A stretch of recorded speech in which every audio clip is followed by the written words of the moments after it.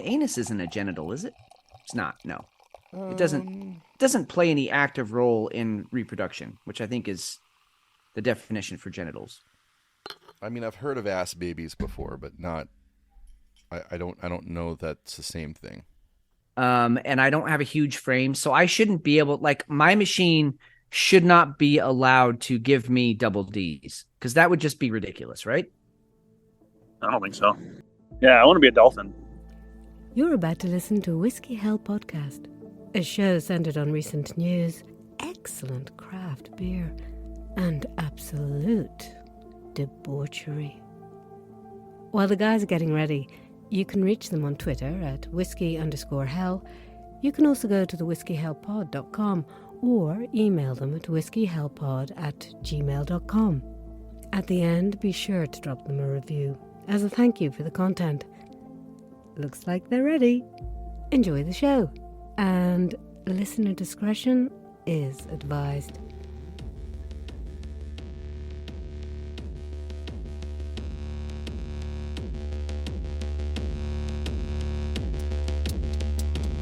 Ten, nine, eight, seven, six, five, four, three, two, one.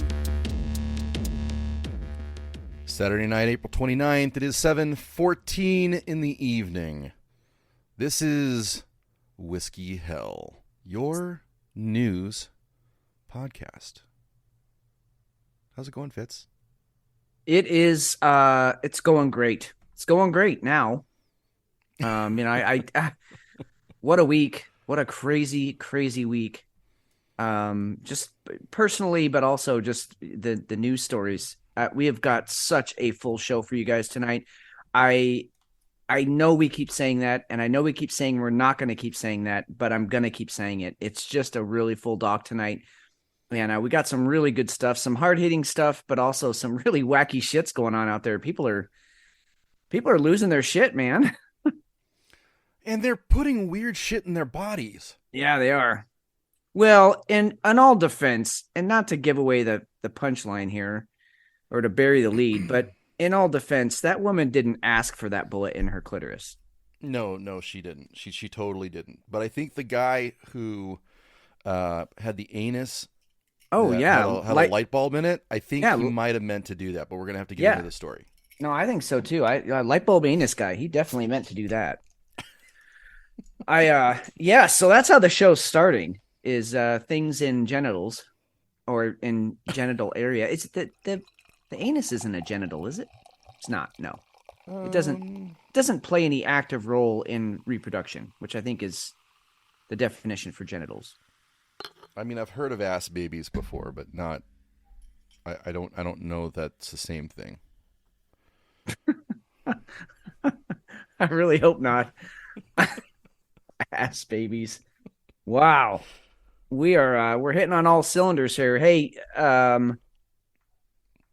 you just out of coincidence moved somebody today. I just out of coincidence moved somebody today. And then out of left field, Hefe, our brilliant the third wheel on this tricycle, he's the big wheel, I think. He got asked to help somebody move today. And I don't think he took her up on it, but all three of us had the potential to be moving somebody today. That's kind of crazy. It's really weird. And I think people wait until it starts getting hot. Yes. Especially in Arizona to Yeah. move. It's kind of what happens. But yeah, I got to move my mother-in-law for the 10th time in 10 years.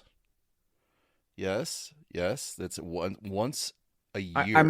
My mouth is agape. I don't get to use that word enough. Agape. I mean, it's better my mouth than my light bulb filled anus, I guess. Yes. So yeah, I know that's been I'll just say a point of contention for you and your relationship with your mother-in-law. Yes. You're a good man.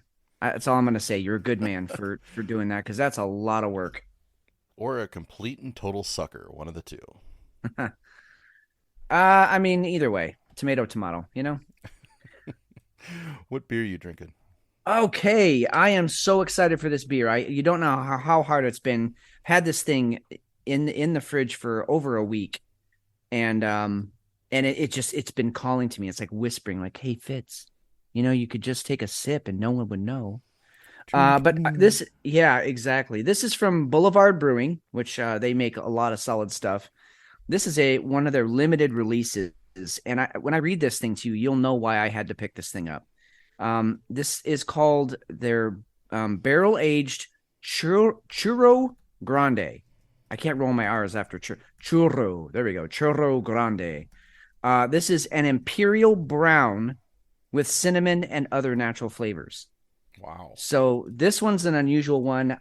This is one of those that could be, I mean, it has great potential, but it could also like go off the fucking rails and I could have a really, really bad night. So we will see here. I'm going to take a sip. Go for it. So for the folks at home, that is a 12%er. Oh, yeah. We've got some gagging. Woo! That it is every bit of that 12%, sir. Oh, wow. Boozy forward, huh? Boozy forward, all up front. That booze hits you. Man, oh man, there's actually a lot going on here. Okay. Heavy booze up front. Sweet booze, like you know, prunes.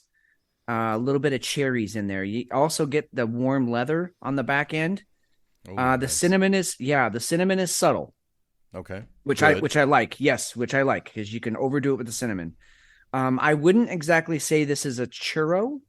I've had churros and I very much enjoy churros. For those of you who are not from the desert Southwest, churros are, what are they, like fried breadsticks basically? Yeah. So yeah, it's fried dough. Yeah, and then they, you know, they're usually hollow, and then they have like cinnamon and sugar all over them, and they're delicious. They're delectable little treats. This is not. I don't get that from this. I just get more of like a really heavily brewed aged beer that has some cinnamon in it. And it's not bad. I really like it. I'm not sure. I'm not sure we're ready to make love yet though. This is not one that I'm unzipping my pants for. This is one that I'm buying this one a drink at the bar, and I'm flirting. I'm heavily flirting. You're giving it the eyes? Oh yeah, eyes. I mean, I might even, go over and tell some jokes because that's really, let's be honest, that's the only bullet I have in my chamber. I'm just trying to get her to laugh and not be self-conscious around me, and then we'll see what happens. What are you drinking over there, my friend? So I actually have a Smog City Brewing, California brewery. This one's it's called Tough Skin. It's wine barrel aged Foudre Saison. Foudre Saison. Foudre, yeah. Yeah, Foudre. With white nectarines. Wow. Unusual. Yeah, it totally is. Well, we both went kind of not strange, but just something new for our first beers. That's cool. I don't do very many saisons or farmhouse ales. Usually they're a little too dry for me, and I'm not really into it. But I saw this one. I'm like, you know what? Screw it. I'm gonna go take a swing at this one. This is a 6.4%. Okay. ABV. Big time nose. The nectarines definitely come through. Nice. It's wonderful smelling beer.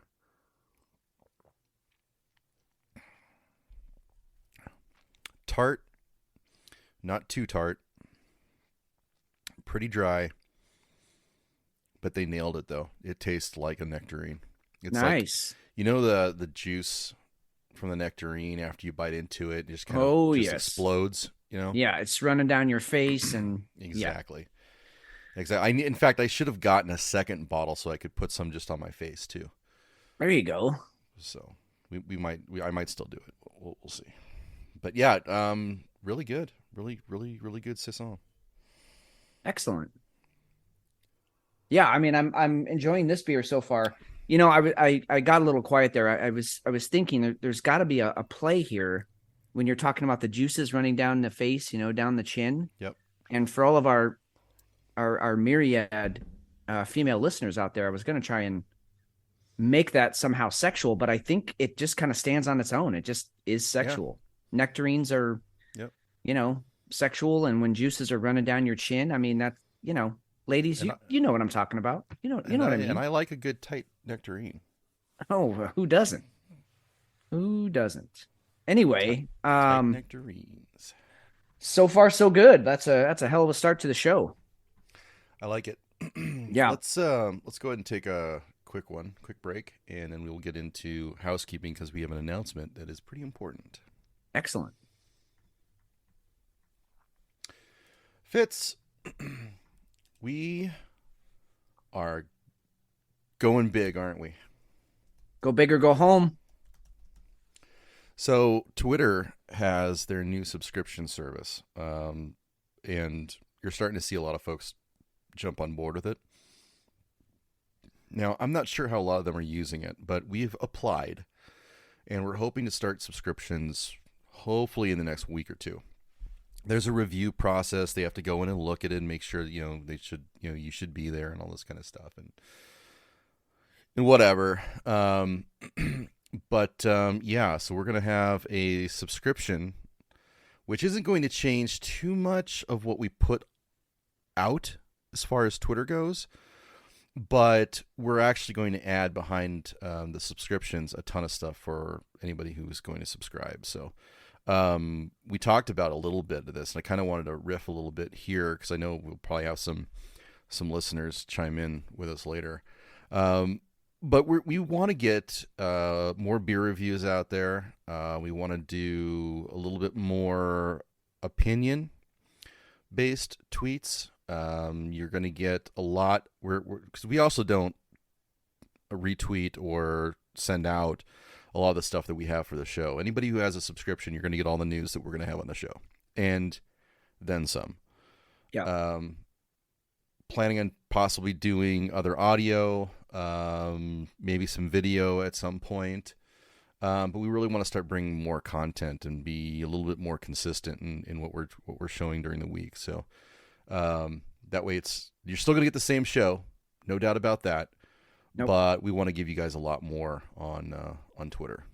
Yep, some extra content. I think we've mentioned it maybe a couple times before, but all week, McShane, myself, and Hefe are swapping stories, weird shit that happens to us during the day, or hey, do you remember when we were in our 20s and this happened? And so I think one of the goals of this Twitter subscription is to get some more of that kind of content out there too, and nothing boring, only the funny stuff, only the really good stuff where one or all of us have made a jackass of ourselves, and just bring you some funny stuff that we've had happen to us. And Hefe, God, I mean, 2-3 times a week, he just has the most bizarre shit happen to him in his day. And I just feel like, it should be out there. It shouldn't just be just for yours and my enjoyment. Cause he's a good storyteller. So anyway, that's the kind of stuff that I feel like we want to get out there and just bring more of Whiskey Hell to our listeners, because we love you guys. You're worth it. And it's gonna be good. It'll be a little rough at the beginning, I think, but we'll get down a rhythm. Yeah. No, there's no doubt about it. And there's a lot that you guys don't see. So we're kind of hoping that this is a little bit of a way to kind of, show you how the sausage is made, as it were. But you bring up a really good, and I really want this to happen. So we really got to work on Hefe. We need story time with Hefe. Yeah, we do. And I think one of his fears is that he needs to be consistent with it.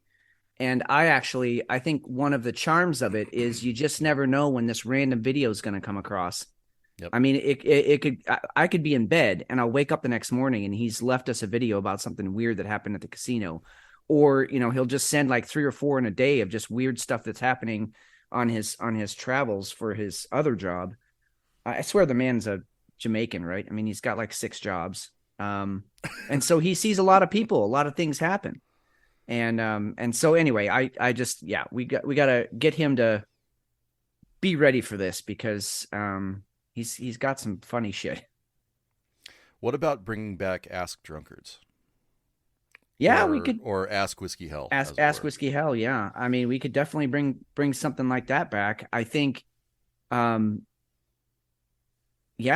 I think that'd be actually a lot of fun. But in small doses, right? We don't want to push it and do too much.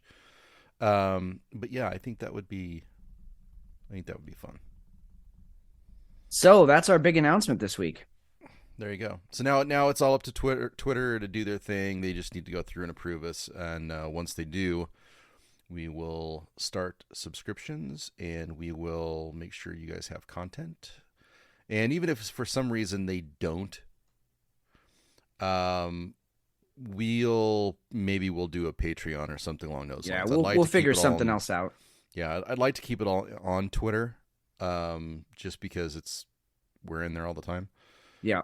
But we'll see. One way or the other, we're going to start giving you guys a little bit more content, and we would like a little bit of a hookup if you guys could. If you value the show, please subscribe. That's really what it comes down to. Yeah, and I what I like about it, I believe the Twitter subscriptions are month to month. So I mean, if you subscribe to us and it just sucks, you're not getting what you feel like you want. I mean, number one, let us know what you want, and then number two, you can unsubscribe and say, it's not worth my time or my money this month to do that.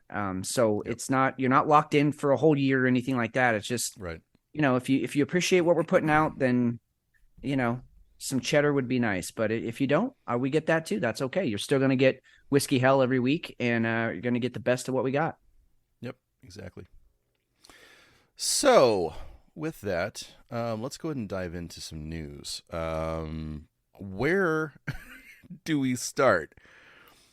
I like the idea of you have it at the top of the dock, and I like the idea of starting with Sudan because you and I, the story broke that the consulates were being evacuated, that the U.S. consulate in Sudan was being evacuated, and you and I both sort of went, well, what? Why? What's going on in Sudan? And we went down a rabbit hole here. And I think it's I don't think we need to spend a lot of time on it, but I think it's a good place to start because it's another one of those stories that people, I think, have heard that there's some problems, some trouble going on in Sudan, but I don't think anybody really knows why.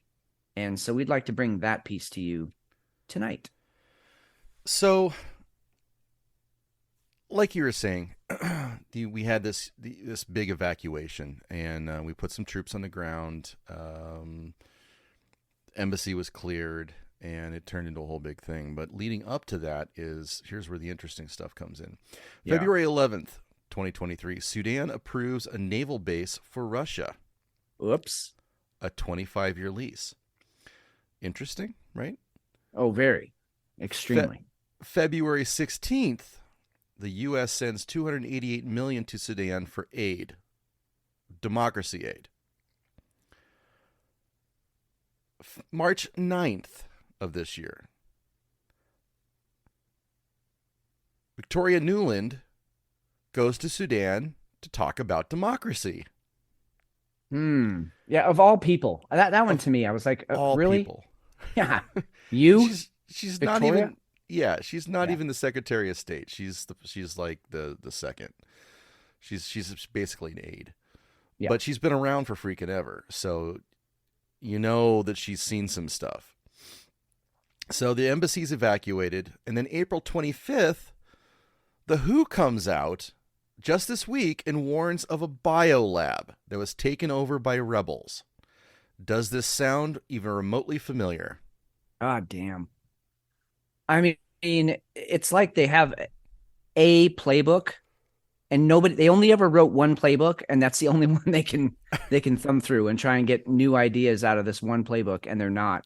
Now, for those of you who don't know um your geography, Sudan is just south of Egypt, and in fact, um the Nile River doesn't just run through Egypt, it runs through the Nubian desert, which is, right through Sudan. And it is on that. McShane mentioned that port that they gave or a naval base for Russia. That's in Port Sudan, which is on the Red Sea. So across the Red Sea is Saudi Arabia. You got Egypt to the north. You got Libya to the northwest. You got Chad, Ethiopia, Eritrea. These are all very significant countries for number one, economics. You got a lot of the world's mineral deposits in those countries I just mentioned. Sudan itself is perfectly positioned for a war in the Middle East, or a defensible position for a war in the Middle East. You could definitely launch bombers from Sudan. And so it's kind of one of those countries that I think we're all aware of. We've all heard of Sudan, but as far as where it is in the world, it's significant, just like Ukraine is. And so here we are. Very, very interesting developments. So the other part that people are kind of upset about is that the JSOC guys came in, evacuated all of the personnel from the consulates, like we said, but there's a lot of American citizens, people in industry that are there, and they're trapped. They're stuck. Nobody's coming to get them. They're on their own. And that right there shows you where our government's priorities are when they're going to go in and get their own out. But the rest of you, you're on your own. It's that whole thing. Like, nobody cares. Nobody's coming to save you. You need to be able to defend yourself and get your ass, I guess, to Egypt. I mean, that would be the closest. I don't know. What do you do? Get on a skiff and go down the Nile? I mean, Jesus. Yeah, it's very telling of where we are as far as the global turmoil, right? Because you have Russia, who's slinking up to Saudi Arabia. Yep. Saudi Arabia no longer wants to deal with the U.S. You've got a lot of shenanigans going on in Israel. We've bombed Syria a couple times here in the last few weeks.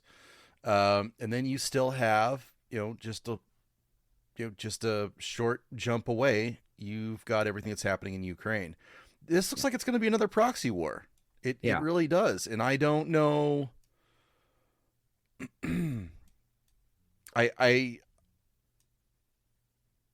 I don't see there being any hope here when you look at the neighbors around Sudan. Well, no, none. And again, you just mentioned all of the surrounding countries there. You mentioned Saudi Arabia. You got Yemen, which is on the southern tip of Saudi Arabia there too. Yemen's always a hot spot for, our war on terror. You got, like I said, Ethiopia, South Sudan, Central African Republic, Chad, Libya. I mean, these are areas that China has put a lot of infrastructure in. They've been pouring money into it because they know that's where all the mineral deposits are for all of our insatiable thirst for all of our lithium batteries here in this country. So, I mean, it is a significant area of the world. You can't just say, well, what's the big deal about Sudan? It's a huge deal. And it's almost like you could have called it, you know what I mean? Like, hey, if there was a country that is sort of vulnerable to some shit going down, you almost would want to say, well, of course, Sudan, but it just wasn't on anyone's radar. And now it is. And it feels like the mainstream media is kind of trying to bury the lead here. Hey, we got our people out. But really we didn't get all our people out. And why are we there? And that timeline that you gave was exactly right. That's why we're there. And it's fucked up. So this is something I want to call attention to too. So clandestine, this is a Twitter thread. You guys can go follow him. It's @warclandestine. He's got a great thread. I won't go through everything, But back in 1998, Bill Clinton launched 14 cruise missiles onto the Sudan's largest pharmaceutical plant.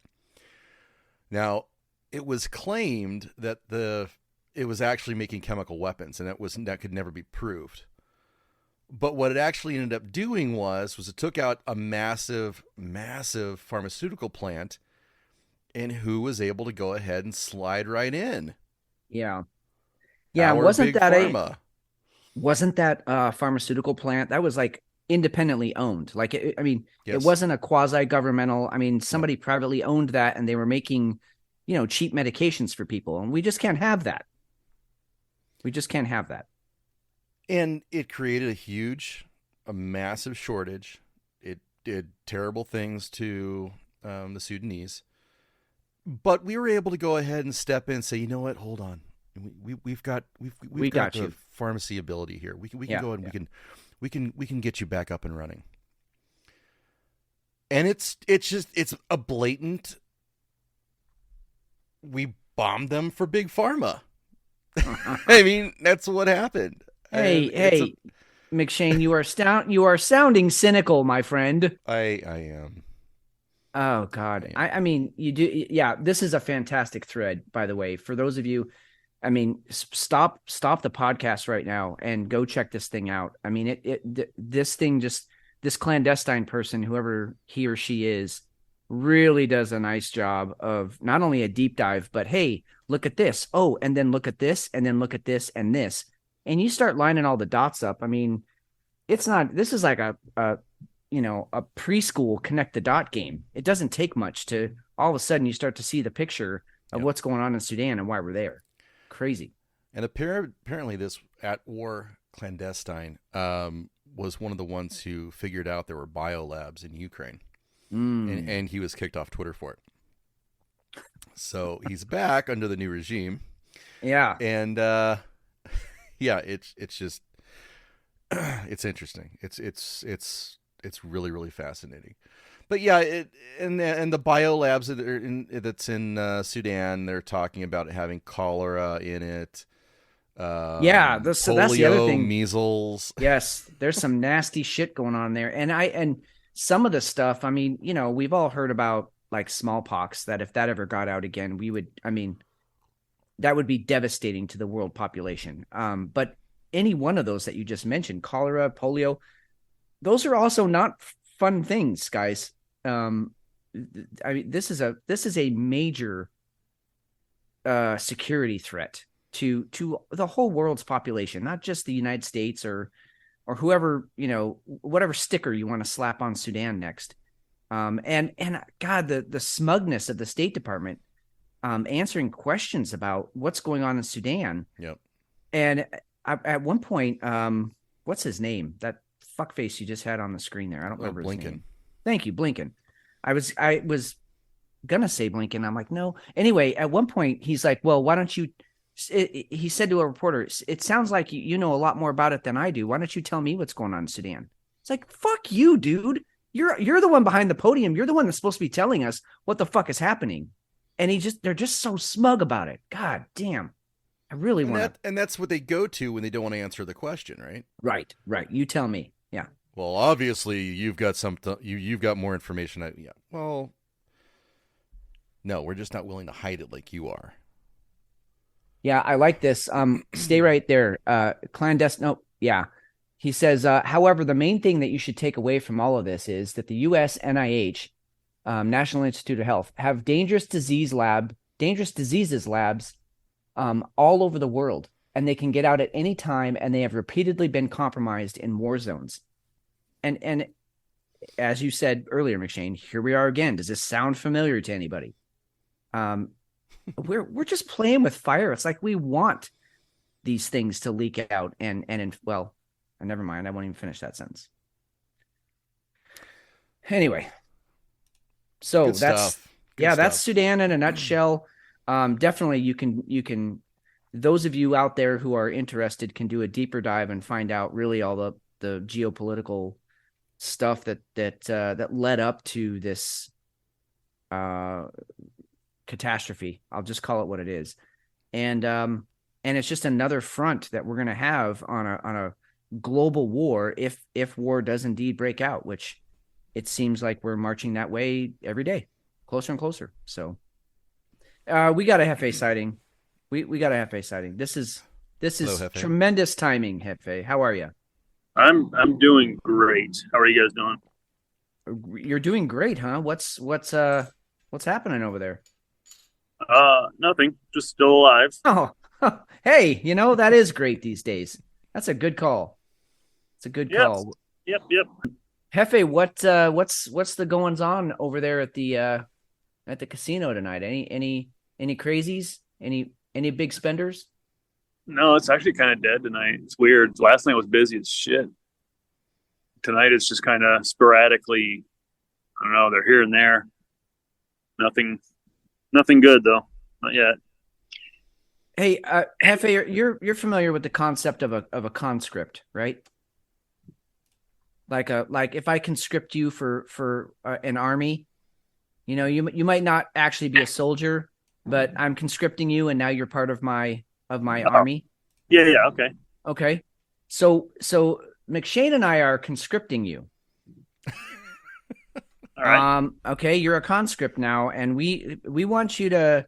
We're gonna start those amazing stories that you send us throughout the week. We want to start just having those sort of as a cornerstone of our Twitter subscription, because some of your stories are truly just hilarious, and you're a great storyteller. And so I know we sort of talked about this on the chat, but we're officially announcing it tonight. And I want your take on that. How do you feel about that? It's not like a third job, is it? It is not a third job, although we might get paid for it. Well, I'm in. Yes, there it is. You heard it here first, folks. He's in. We're going to have some great content for you then. That's excellent. Pumped. I'm ready. Good. Hey, do we want to do any of the really bizarre stuff? We definitely want to do this one. Yes, do it. All right, let's do this one. Whose bright idea was that? Doctors left stunned as a man in Colombia comes into hospital with a light bulb stuck up his anus. Huh. Oh, bright idea. I get it. Yeah. It's kind of cheesy. I think the best part of this whole article is the X-rays. Because he got it fantastic. He got it up in there. Like you can see the hip bones.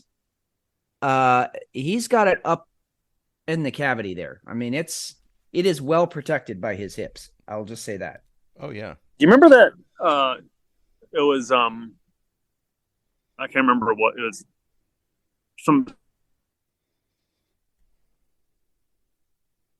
It was the guy that was squeezing out the Easter eggs. Oh, Yes.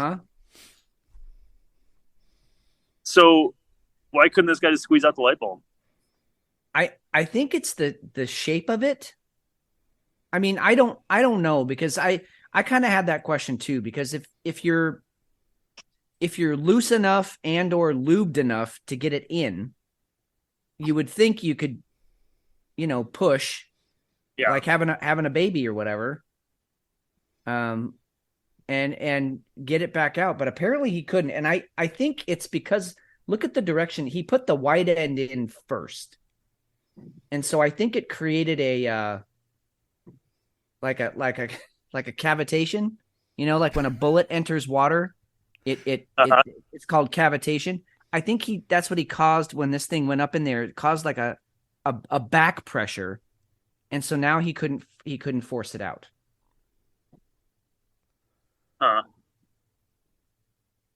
That's just my theory. That's a working theory. That's all I got right now. I'd be like scared to sit down really hard for fear of breaking. Yes. I do like. Me too, but it looks like it was one of those like plastic LED ones. I don't think it was glass, but I'm not sure. This line is probably the best line in the whole article here. Dr. Alice Murray, a colorectal surgeon at Harvard Medical School, previously told Metro, which is the name of this magazine that we're reading, that a quote whole range of items get stuck in people's backsides. What are people doing? What do you mean a whole range? Like wine do bottles, they keep them? deodorant cans, a shower curtain rail, keys, A gerbil, a plastic snake, a gerbil. Well, remember, let's not forget that there were Richard Gere. rumors that Richard Gere was at one with a gerbil. There's a picture of another guy here who's got a water bottle shoved up his ass. Yeah, I saw and that that was too. A doctor's pull water bottle from Iranian man's butt. Okay, so I think we're sort of burying the lead here because you're at home, you're doing whatever, right? You're it sounds like a good idea at the time. This is what's going to get your rocks off. I'm hoping that this was sexual, because if you're just sticking light bulbs up his ass just for the hell of it, this dude has other problems. But let's just assume it's a sexual thing. You get it up there, you do your business, everything. It was great. And now it's time for evacuation and you can't. Can you imagine? Either A, you have to drive yourself to the hospital and then show up at the ER and they say, what's your problem? And you have to answer that question. Or you have to call a family member or a friend to say, hey, can you drive me to the ER? Well, why? What happened? Well, I stuck something in my ass and I can't get it out. I mean, how does that conversation go?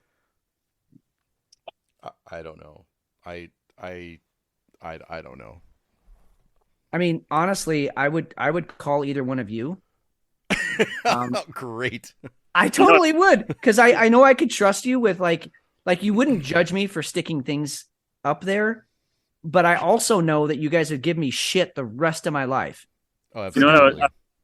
You know what I would do? I would just say like, oh, I got something stuck in my ass again. So like, you'd be like, oh, this must be like a normal thing. Then you would like, it kind of cushion the blow of being made fun of. Yeah. Yeah. I personally, what I would have done, I mean, if I was into this kind of thing, I would tie a string to it or something, like you do with like kids that have a loose tooth that won't come out. You just slam a door or you attach it to a bottle rocket or something. And then it just, it's just out. Well, and there's a reason why butt plugs have that tapered end. Right. Right? I mean, exactly. That's what I mean. He stuck it in backwards. He stuck the butt plug in backwards. Don't be people. If you're into that, it's cool. Buy a butt plug. Buy a toy that's supposed to go up there. Anal beads. Yeah. Yep. Perfect example. They even have a little pull thing on them, right? So you can just a little finger hole. Yeah. Yeah. So you can just pull it out like you're starting a lawnmower. Yep. Yeah. Yeah. Yeah. I mean, or better yet, do these things with a friend, or at least under supervision. Like, don't go this alone, guys. Call your neighbor. Have your neighbor come over. Have them spot you. Hey, want to come over for some lasagna and light bulbs in our buttholes? Yes, I do. Be right over. I'll bring the wine. That was a big light bulb too. That was a no joke. Dude, I mean, it's not a flood lamp. No, but that's impressive. Look at that thing. That's a big wow. That's a no doubter. This first beer is to him. Oh, cheers. Yeah. Cheers, brother. Cheers. How you got it up there, man? I don't know. He's a bigger man than I am. If at least his butthole is. Right. So, okay, he dies. Someday he'll die. This man will die. None of us get out of here alive. Right. He goes up to the pearly gates. And it's St. Peter, right? St. Peter is the one that's at the gate. Yeah, there you go. Which, I mean, come on, St. Peter, really? And he's like, hey, so there was that incident in the year 2023, and so look, me and the guys were talking. and you're gonna go to heaven. It's cool. You're gonna get past the gates. Totally But fine. yeah, no, but why did you do that? Can you just, because we have a bet. So we've got some money on this. Why did you do it? I mean, I would want to know, what was he thinking? Yeah. And we will never know, because I don't know who this man is. They maintained his anonymity. Thankfully. It was not clear how the light bulb got up there, but in previous cases, people have put items up their butts for sexual pleasure. Well, duh. It's not like that's not common. No. I think it's the objects that are being used as the wow. How do you work up to that? Like, do you start with like a ballpoint pen, and then you go to like a Sharpie, and then you go to like a dildo? See, and I was going to go the other direction with it. You start with like an LED light, something small, and then you move up to like one of those candelabra type lights, that have the super, the more elongated ones. Yeah. And then, you maybe go up from there. I don't know. That's quite a stretching of the sphincter. It's quite a thing. Quite a thing. It's impressive. Good on you. And I mean, I'm glad he's okay too, because imagine the autopsy on that one. If he had died. You think he'll do it again? Well, yeah. I mean, this time worked out all right. I mean, why not? Or like McShane was saying, maybe he goes for the flood lamp next time. I'll be there for that. Well, who will be there is Whiskey Hell. We will bring you the hard-hitting news when that happens. You are damn right. Yeah. All right, I'll be back in 40 minutes. All right, brother. Catch you later. Go kill it. All right. All right, let's take a quick break, and then we'll be back with some more fun and games. All right, Fitz. Good God, how do we come back from the light bulb in the anus? You know what we do? We go to sex in space. Okay, we up the ante. I like it. A group of scientists. Oh, go ahead. No, go ahead. No.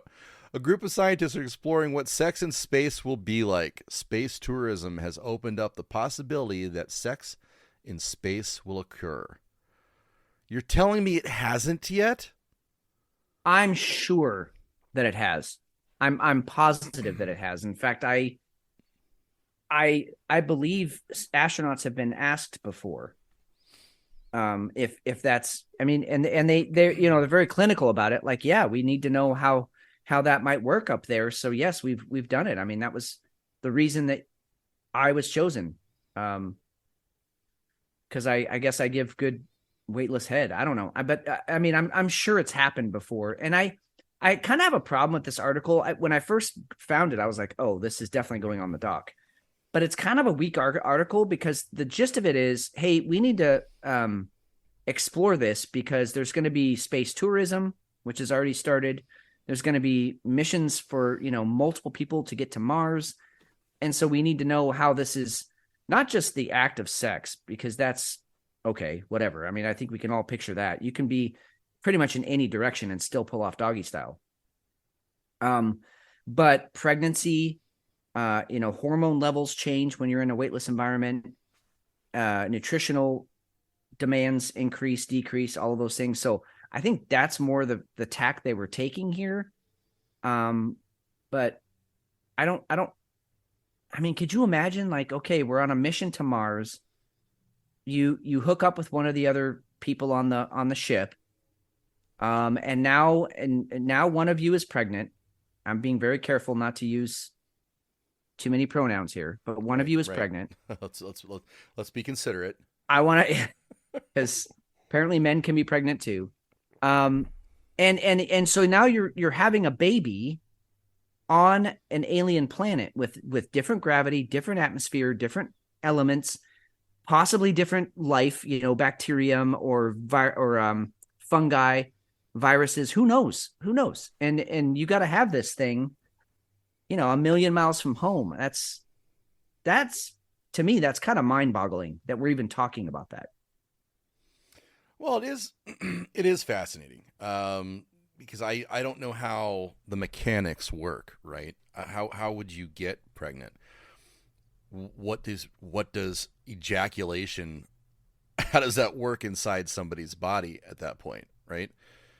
Because Yeah, I mean, it's zero gravity.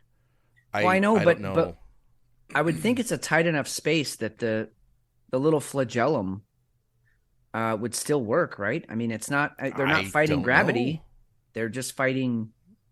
I don't know either. That's a good question, actually. Now that I think about it, I mean, a weightless sperm would probably just kind of flop around oddly. Yeah, I don't even know if it would go. Does the person, just stay upside down?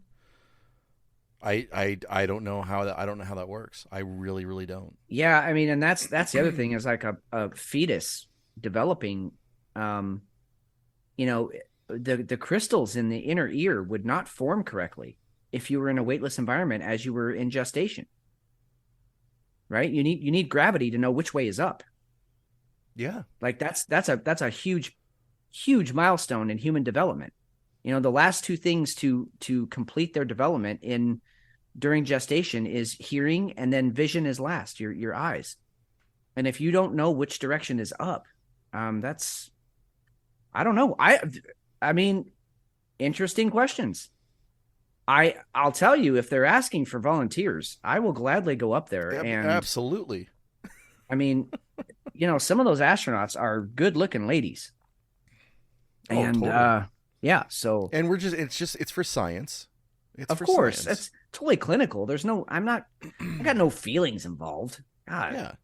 So it's no longer the Mile High Club at that point, right? What is it then? Oh, it's the how many miles from home club. How about that? Yeah. So you're at the 3 million mile from home club. You're at the 6 million mile from home club. Yeah, that was an interesting statement, though, that you made, that doggy style is in any position when you're... Couldn't it be?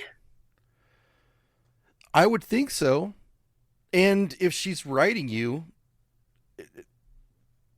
that could be missionary still. I don't know. Yeah, that could be difficult. I think also, I mean, we're forgetting that we have like bungee cords and shit. Like, here, babe, hang on to this. And you pull while I push. So you automatically every shuttle, every rocket from now on has to have a sex swing. Yeah, or sex bungee cord. Right. It has to be a full room that has. I would think so. It has to have bars to hang on to, push off of. Yes. Oh, geez, and. What do you do with a facial? Well, it's going everywhere, right? Yeah, it would go everywhere. It would have to be a hermetically sealed room, right? I mean, because you can't have that kind of thing getting into your electronics, so it'd have to be sealed off pretty good. And then if you were gonna have like a lot of fun, like does lube even still work in a weightless environment? I think it would. Yeah, I would think so, because it should hold on to the skin, right? I mean, it should still. See, now that's a weird thing, because from the video that I've seen in weightlessness, the surface tension of water is actually a more significant force than you trying to grab it. So like it wouldn't stick to you. I mean, the surface tension of water, we actually really underestimate how strong that is. It's a pretty strong force. I don't know. I think we're way overthinking this, but fun to actually think about it. And again, I'm volunteering all three of us. So it's not just Fitz. I know Hefe's on board. Whatever shuttle you want to, whatever sex shuttle you want to shoot him off into, Hefe's in. And I'm McShane, I'm sure you're there too. Again, our wives would understand that this is just for science. Yeah, yeah, You know, they'd be fine with it. right. We're furthering the human race, or at least our knowledge of the human race. I don't know.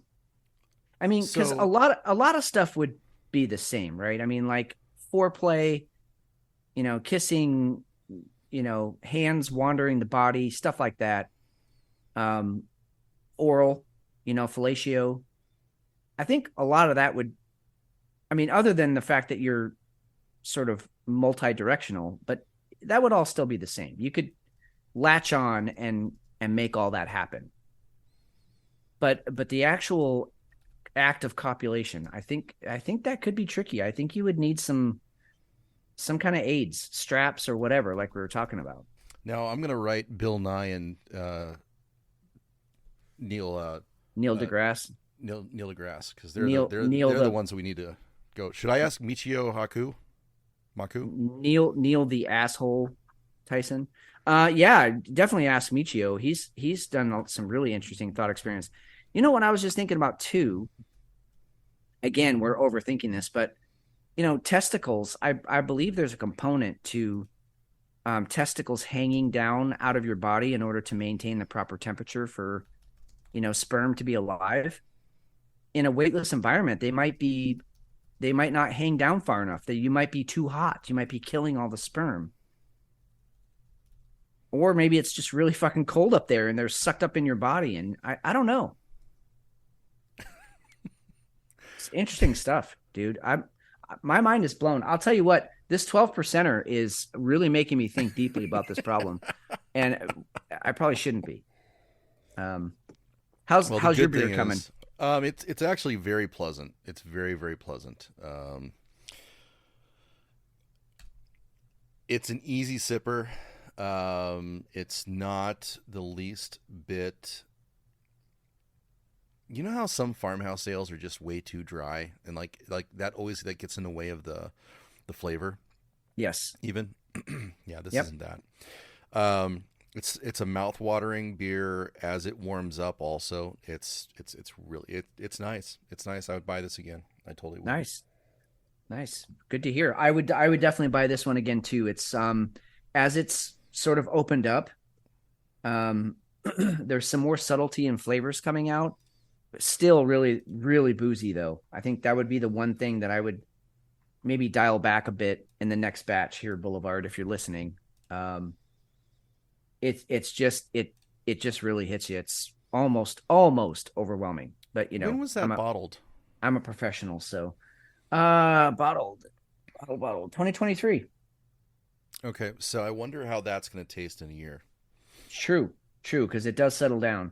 And by the way, this year, 2023, this is a 13.5% alcohol. This one they upped it apparently, or they left it in longer. Yeah, so this is a 13.5. It says on the bottle anyway. So that's why it's hitting me so hard. It's not even a 12, and that's why the booze is so strong up front. It's wow. But a good beer, very good beer. I mean, if you want to get me into bed, this beer will do it.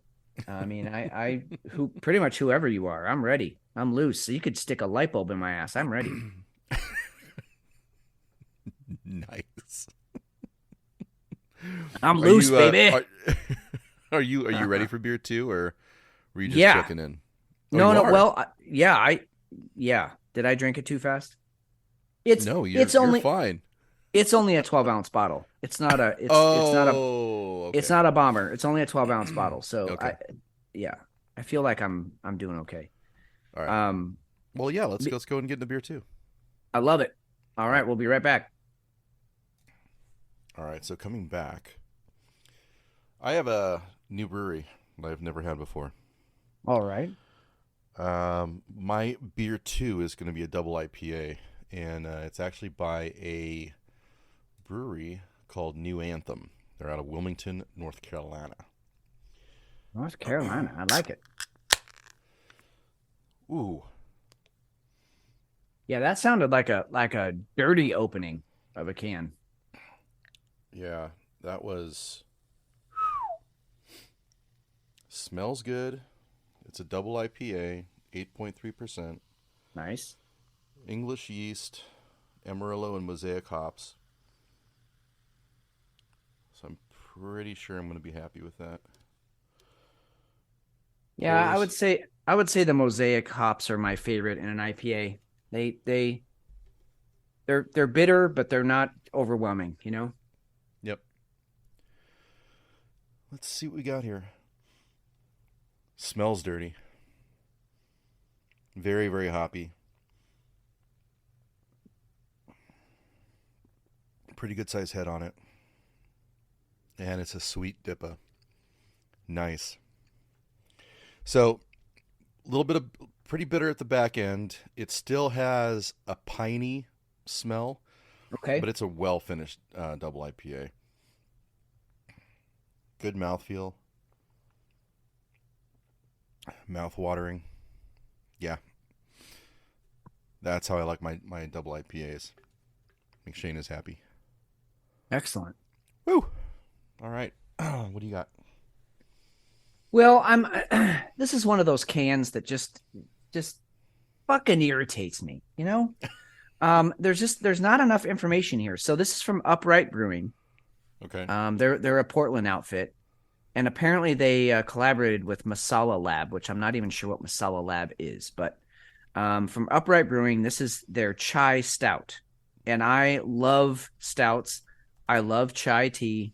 I love me a good chai stout. Those are some of my favorites. The chai stout Yeti, one of my top 5 beers of all time. I just fucking love that beer. So I took a gamble on this thing, but I literally have read to you everything that's on this beer, on this can.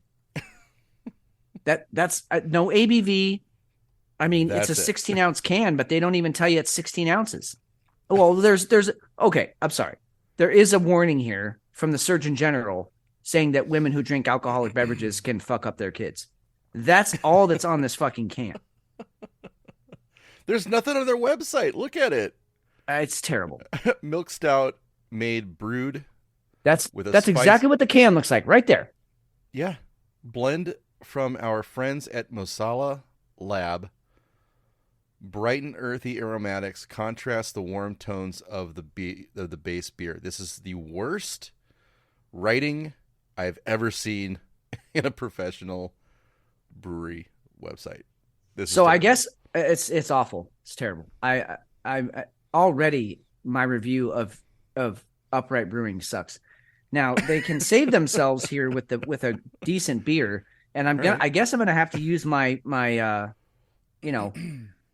professional vast experience in ABVs to tell whether or not this thing is. I mean, I can get an estimate, but sometimes it can taste like an 8, but it's only a 6.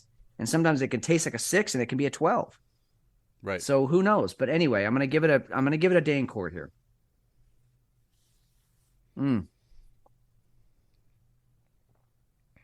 What the fuck? What the fuck is this? Dude, I literally feel like I'm drinking just chai tea. I don't taste any stout. I don't taste any alcohol at all. If you told me this is just a chai tea, I would believe you. So it's like not even a...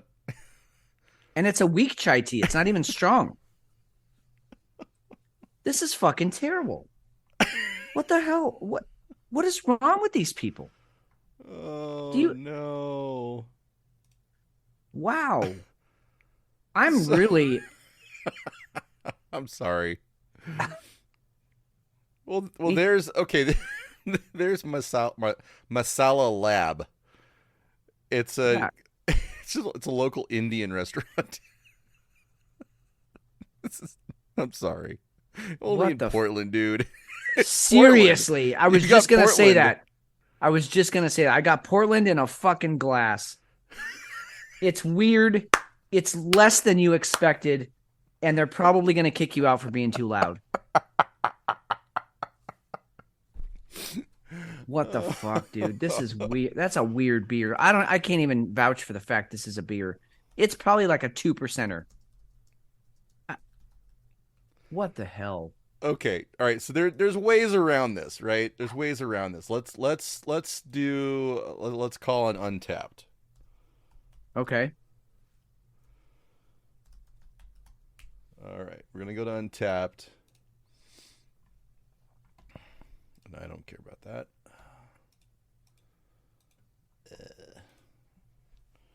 All right. That was a chai Chai. Yeah. stout.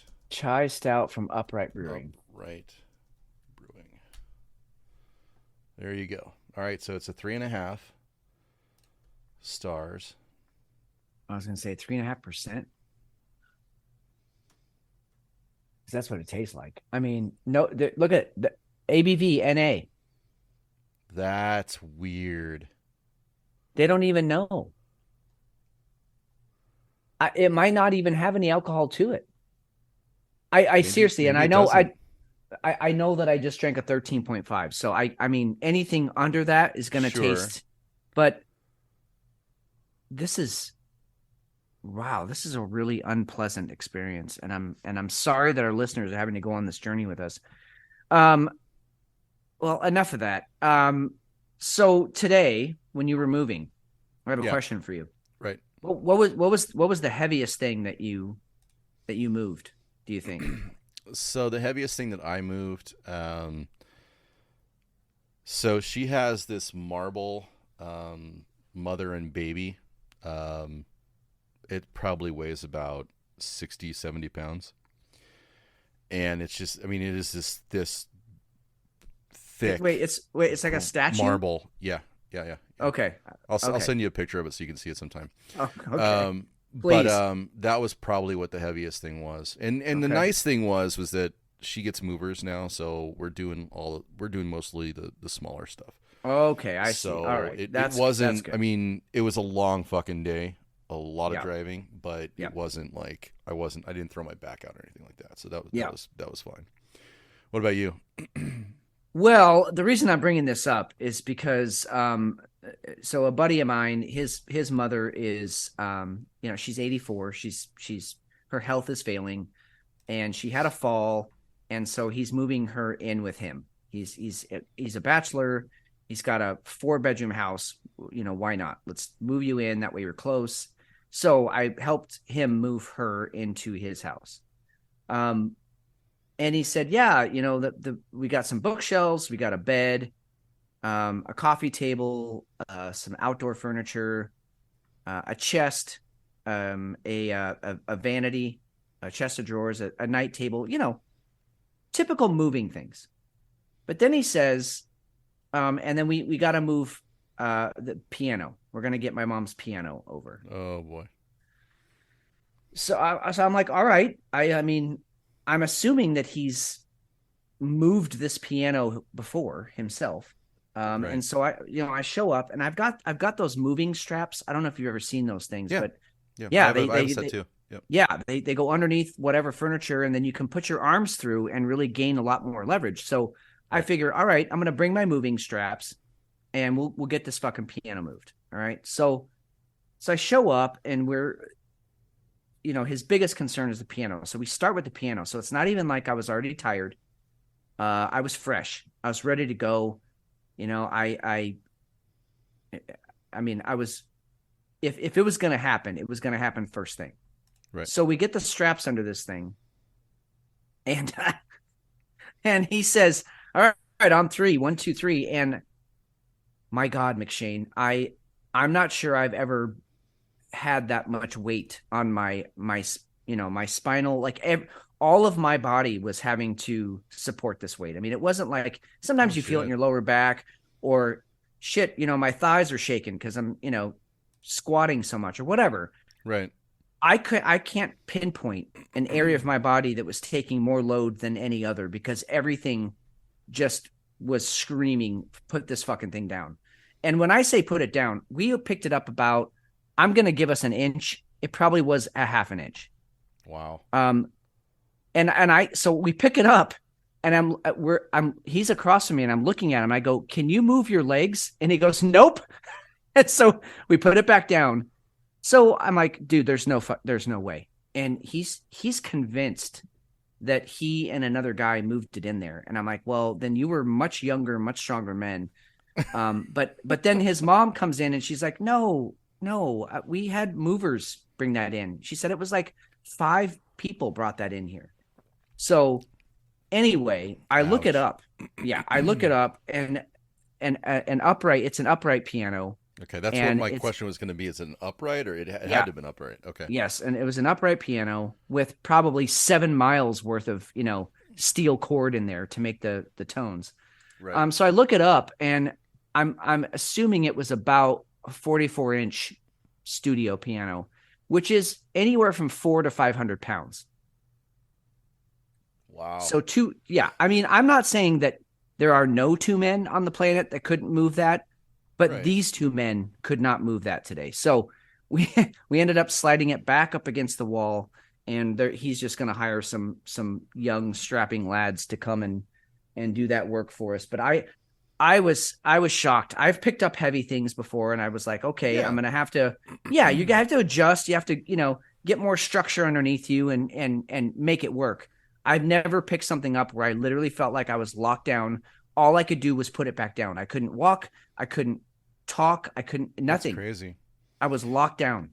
And usually those straps are really effective too. I mean, you can lift some heavy shit with those, and for sure, it's all leverage. They're awesome. Yep. Wow. Yep. And you survived. Yeah, we survived, but I'm going to feel it tomorrow. I know. I had the straps you can, put your arm through. I had them all the way up at the elbow. So I had the most leverage I could get, and my biceps were just screaming. So anyway, that was, I don't know why I felt like I had to share that, but that was a beast, just a beast. And you're getting rewarded right now for being able to drink a chai stout that you can't stand. A shitty beer. God damn it. I'm gonna just pound this thing, and I'm just gonna go to my side bitch. That's a good way to go too. Yeah. Anyway, hey, we should call attention to Tucker Carlson being put on the sidelines by Fox News. Yeah, I'll tell you what. We joke about having a bingo card, and did you have this one on your bingo card?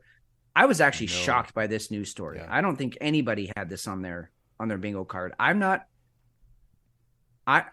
Listen, there's probably machinations going on at the top brass at Fox News that we have no idea what they're thinking, what their plans are. But you just lost your number one, by a long shot, your number one draw as far as viewership.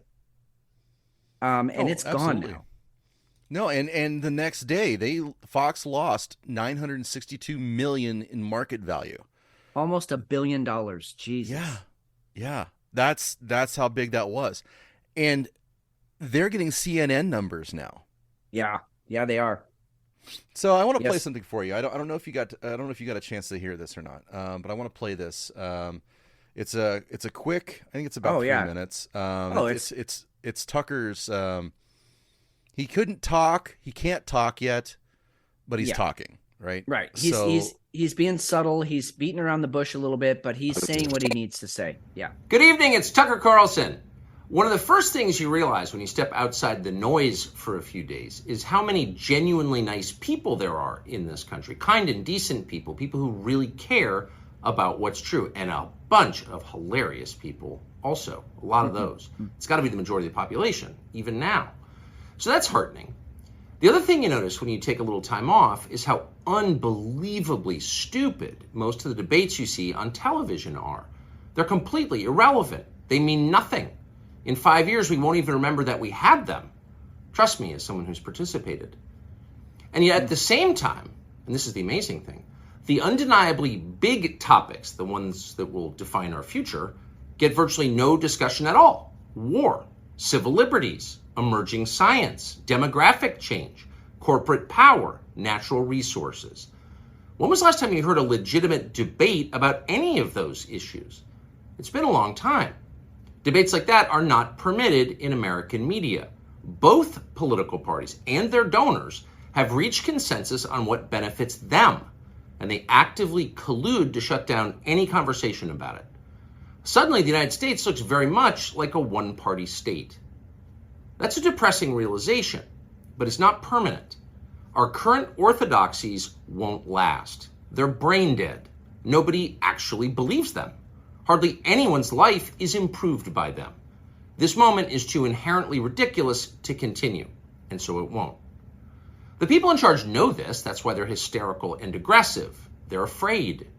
They've given up persuasion. They're resorting to force. But it won't work. When honest people say what's true, calmly and without embarrassment, they become powerful. At the same time, the liars who've been trying to silence them shrink, and they become weaker. That's the iron law of the universe. True things prevail. Where can you still find Americans saying true things? There aren't many places left, but there are some, and that's enough. As long as you can hear the words, there is hope. See you soon. That was fascinating. And yeah. I've been an adamant Tucker hater. Sure. But me too. Though, I've also come to the realization, as we have with this show, talking about, like what he was saying there, the truth will prevail. I am very curious to see that now that he is not on Fox and he's not tethered, I really want to see who Tucker Carlson actually is. And I'm very curious to see if he's actually a little bit more down the center, much more realistic. This is 2023 for me. I think we may see something awesome in it. I hope so.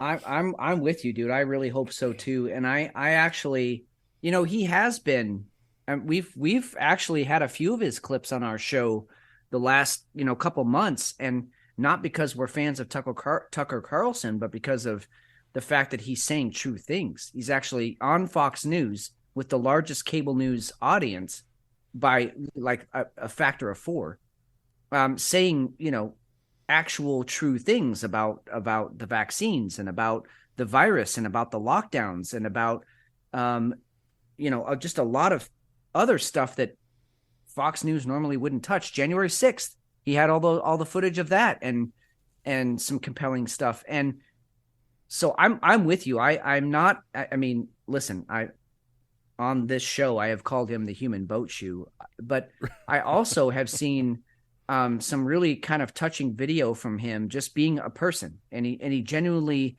is a person. I don't think he's being fake when he's around other people. I think to some degree you have to be fake when you're on a newscast, but sure. But he's not being fake when, I've seen these other videos of him out and about, and he'll take a picture with anybody and he'll talk to anyone about anything. I mean, he's a brilliant guy. I think he went to Harvard or Yale. I can't remember, but he's not stupid. And I think he's waking up to the reality that our government does not hold our best interests in view here. And I'm with you. I would love our big whiskey hell story of 2023 to be, hey, we went from Tucker haters to Tucker lovers. That doesn't sound good. Anyway, but but if he's going to be a voice, as you say, for the sort of the centralist, the common sense. I'm not too far right. I'm not too far left. I just want what makes sense to happen for me and my family and my kids. If he's going to come out with a show like that, my God, I will absolutely sing his praises, because we need more of that. We need the truth. We need centralist views that are going to take all things into account and not just be, on one side of the political spectrum or the other, but a true human boots on the ground view. I'm all for it. And I don't know if that's going to happen or not. It's an ongoing story, but fascinating, because not only did Tucker get fired, but that same day, Don Lemon gets the axe, which I don't have a lot of good things to say about Don Lemon, so maybe we should just leave it at that. I don't know. There's really nothing good to say about Don Lemon. No, he's an absolute hack. Yeah, he's a talking headpiece. He's a fucking potato head, like the other idiot that got fired from CNN. I will say this, that CNN, they said they are trying to change. They're trying to be better network. This was a big step in that direction. I'll give them that. I want to believe.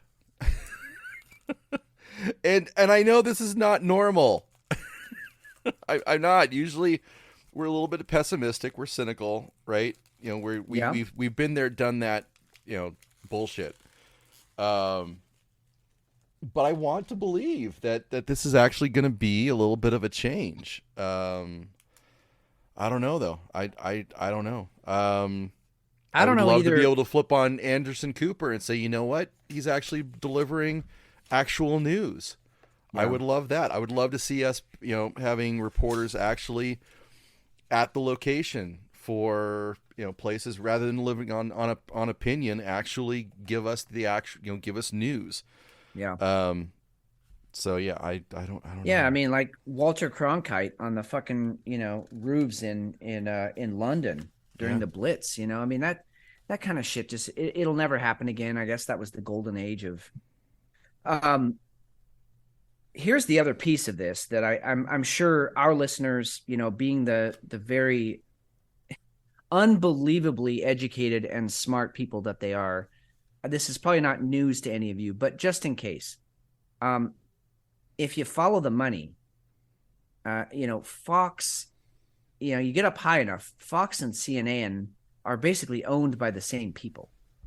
You know, they have different political bends when you get, you know, down a few ranks, but they're owned, and the same people are making money from both of those networks. And so you don't wonder if this was an order from the top to say, hey, we've lost all confidence from the people. We need to do something symbolic here. Because that's what it feels like, especially Tucker. This feels symbolic. Even though he was the only one out there telling the truth. And maybe it was the January 6th stuff. Maybe he was letting too much out there and too much truth was coming out, and they had to put the can on it. I don't know. Who knows what happened there? I can't wait until Tucker can tell his truth. Until he's, you know, no longer under contract and he can just say what the fuck happened. So it's going to be interesting to see what happens with that, because he actually has 18 months left on his contract. Yeah, and, exactly. My guess, because there's been a lot of slander that's come out. There's been Washington Post articles who's actually owned by Rupert Murdoch, the same owner of Fox. Right. So there's been a lot of hit pieces coming out about him, and I mean they're hit pieces. We know what they are. You know, you take them with a grain of salt. They're probably not true. In fact, some were even debunked. They've got I'm not even going to give any time to it. It's fine. But I do think that it's going to be very interesting to see what happens and the lawsuits that are going to come out of this. Because, you know, I got a hunch that after he sues Fox, he's going to be able to start his own network. I agree. That's how much money he's going to make out of it. Yep. All right, I want to go down the prediction road. I have a book. Okay, I have a prediction book. That's all we're going to put in these books. Okay. What is your prediction for Tucker Carlson?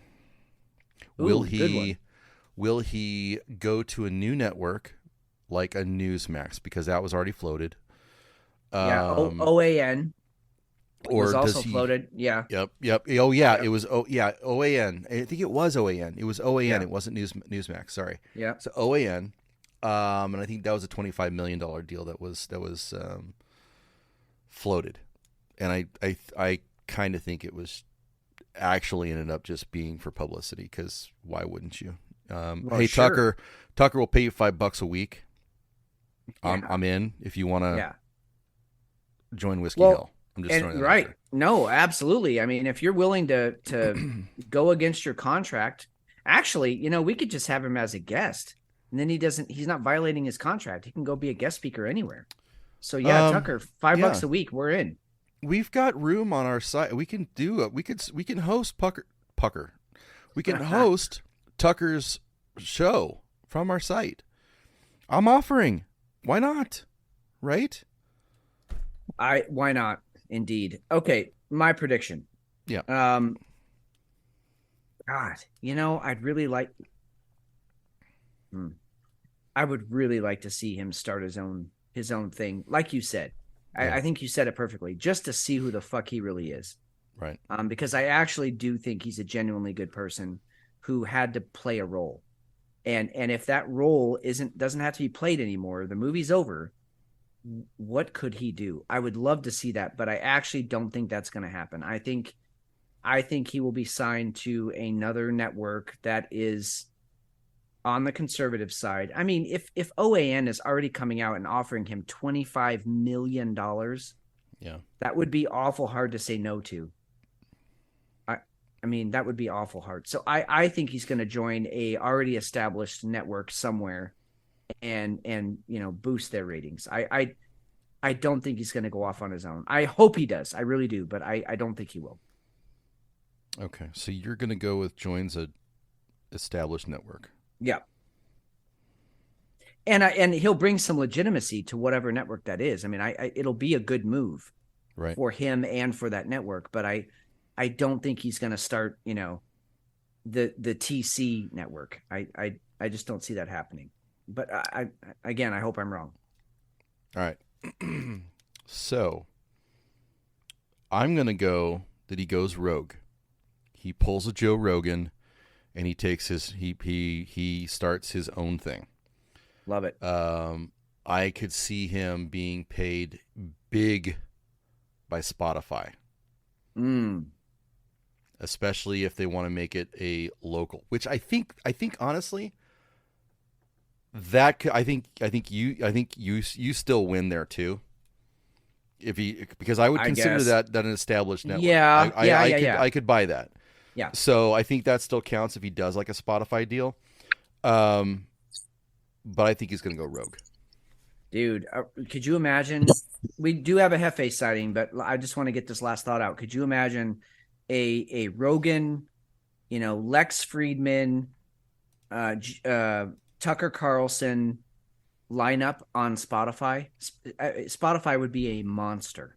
You got to be balanced though. You got to be balanced because you got to have somebody from the left too.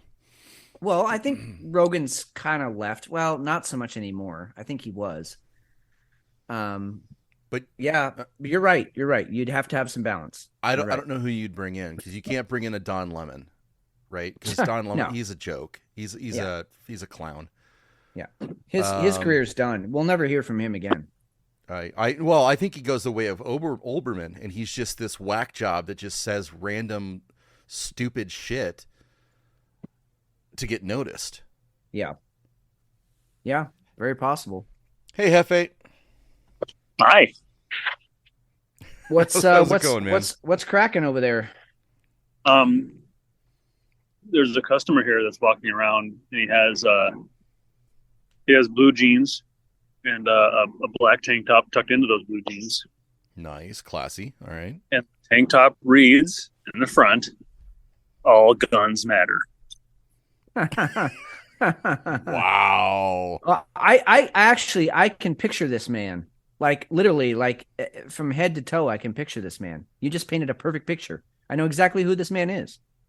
Yeah, he's got black boots. He's pretty buff.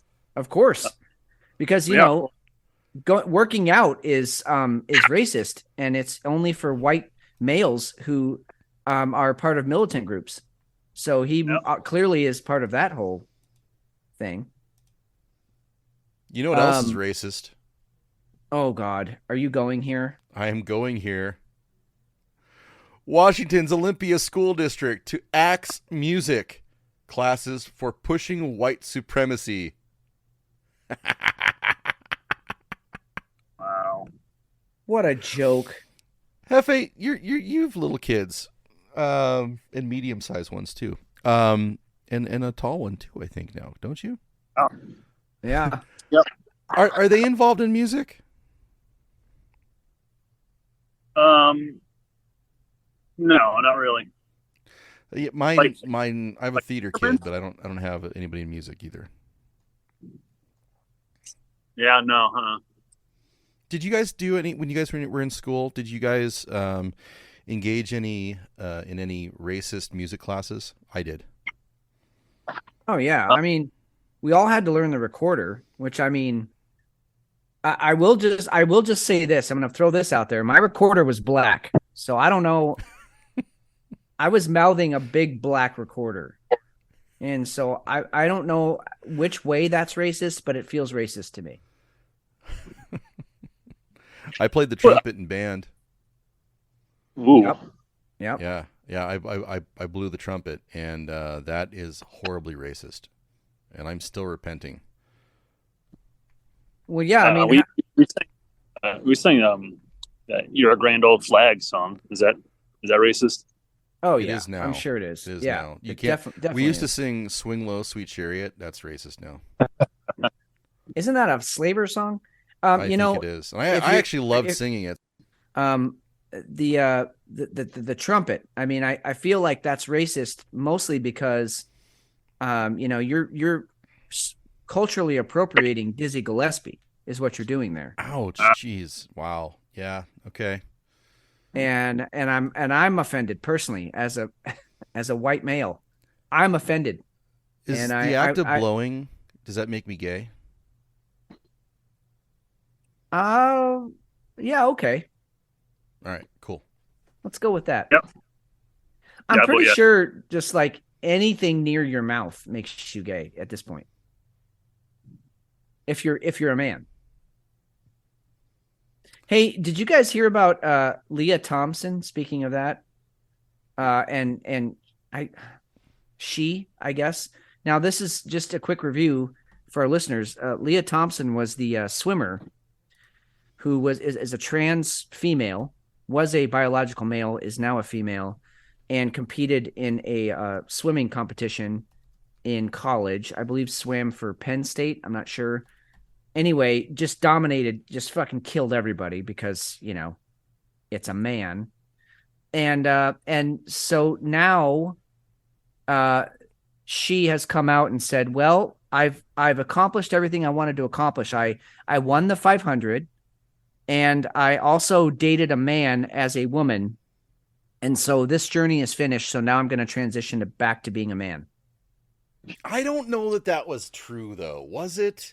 It was absolutely. That was the quote that she said. I looked, I dug and I dug and I dug, and I could not find that any other place. Huh. You're absolutely right. That was the quote, but it was off of some weird Indian cricket site, right? Was it? Yeah, yeah. It was like some random Indian cricket site, and I don't know if that they were just throwing that out there as clickbait to get hits or what it was. But you're absolutely right. That was the quote. That was totally the quote. Well, to be very honest, just to expose my own ignorance here. If that was just clickbait, if that was just somebody putting that out there, I really hope I'm wrong. I hope everybody's wrong, and that she stays true to her journey and what she set out to do, and keeps doing that as a woman, because if you make a decision like that, that should be permanent, right? I mean, that should be like, okay, I don't feel at home in my body. I want to be in that body. And so you do that. I don't condone her actions swimming with biological females, because that's not fair. And neither did any of the other swimmers. Appreciate that. And I don't know how that's fair to women and how that's not hating on women. But either way, I hope I'm wrong on that. But that circulated Twitter quite a few times. I mean, I saw that article pop up. So I don't know. Now I feel like we need to do some digging and find out if that's true or not. Well, we'll dig into it some more. Yeah. And see if we can find it. I'm actually the exact opposite. I want it to be true. I want him to pull back now and actually go back to being a guy. Not because I have any problem with trans. I don't. I can't stand that he fucking competed against women. Yes. And Yes. it was cheating. Agreed. That's what it was. Let's not sandbagging. beat around the bush. Yeah. Exactly. Yeah. That's the equivalent of dropping weight so you can play in a smaller division of Pop Warner. Yep. It's Or- not fair. Remember, Hefe, when we would we'd either get to the gym, well, and you too, Steve, you remember this, but we'd get to the gym and the volleyball nets would still be set at the women's height. Yeah. Dude, I could hit down and back under the net on a women's net. Absolutely. I had Because a it was- vertical on a women's net. It was amazing. Exactly. I mean, I could pound balls on a women's net. It was not even close. And we used to joke about it, Hefe. You remember that? We used to joke like, man, what if I just put on a wig and I go out there and play in a women's game? I would fucking dominate. And I would have. I would have absolutely dominated. Yeah. It's not fair. And Do you think someday we'll be able to like wake up in the morning and just like pick what we want to be? for the day? Shit. You just Like- wow. You just go into like this, you know, like the I don't know, this kind of metal closet, and you just kind of punch in. The, Want to be a big-breasted female, you know, CEO, and you come out in like a pantsuit, and it changes your, like it goes into your brain, so you really believe you're that, you know, that whatever you chose, and for the day, and then you go home, and you reset to your original thing, and go to bed, and you wake up the next morning and do it again. we're gonna call it the transomatic. And it's just like a fucking. It's next to your shower in the bathroom. Oh, remember And the Jetsons? Yeah, exactly. Yes. Like that. Yes. Just like that, except it's a trans. What is it called? The transomatic. The transomatic. You get your teeth brushed, your shower, go through the transomatic, get some breakfast, and hit the road. Yeah. Oh, we've got we have to develop. We have to put this out. Yeah, there. Blow my Hefe, mind. can you get started on the science on that? I mean, I know I'm the science guy, but if you could get started on it, and then I'll take over when it gets to a point where you don't care anymore. Got it. So I'm gonna go ahead and hand it over to you right now. Okay. Okay. Let me finish this absolutely shitty beer, and then I'll get on it. Okay. I'll do some mathing. So There you go. I want to go down this road. We're gonna go there. All right. So are we talking like you can just bolt on the genitalia that you want for the day? Like Absolutely. I want to have double D's today. I think it's tired of being a dude.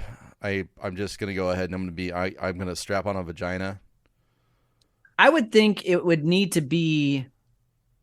I think there should be some limitations. Like I'm not a huge guy, right? I'm 5'8", and I don't have a huge frame, so I shouldn't be able. Like my machine should not be allowed to give me double D's because that would just be ridiculous, right? I don't think so.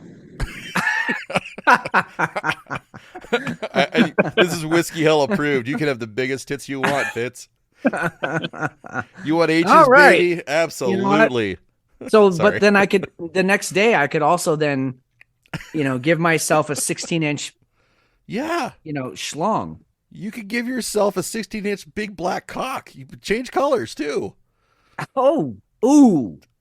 Yes. Let's go here. I am in. I could experience racism. Yes. Like I firsthand, and then I could actually speak to it from a point of knowledge, not just I'm guessing You what can, racism is like. Yeah. you can identify as whatever you want every day. Okay. This is the best idea ever, Hefe. Not to make it weird. Yeah, But- let's not make it weird yet. But I mean, can you like how extreme can you go? Like, could you be again, not to make it weird, but like, could you be a 7-year-old for the day? Could you be a furry? Could you be a furry? Could you be a gorilla? Like I identify as a gorilla today. Yeah, I want to be a dolphin. I mean, how weird could it get?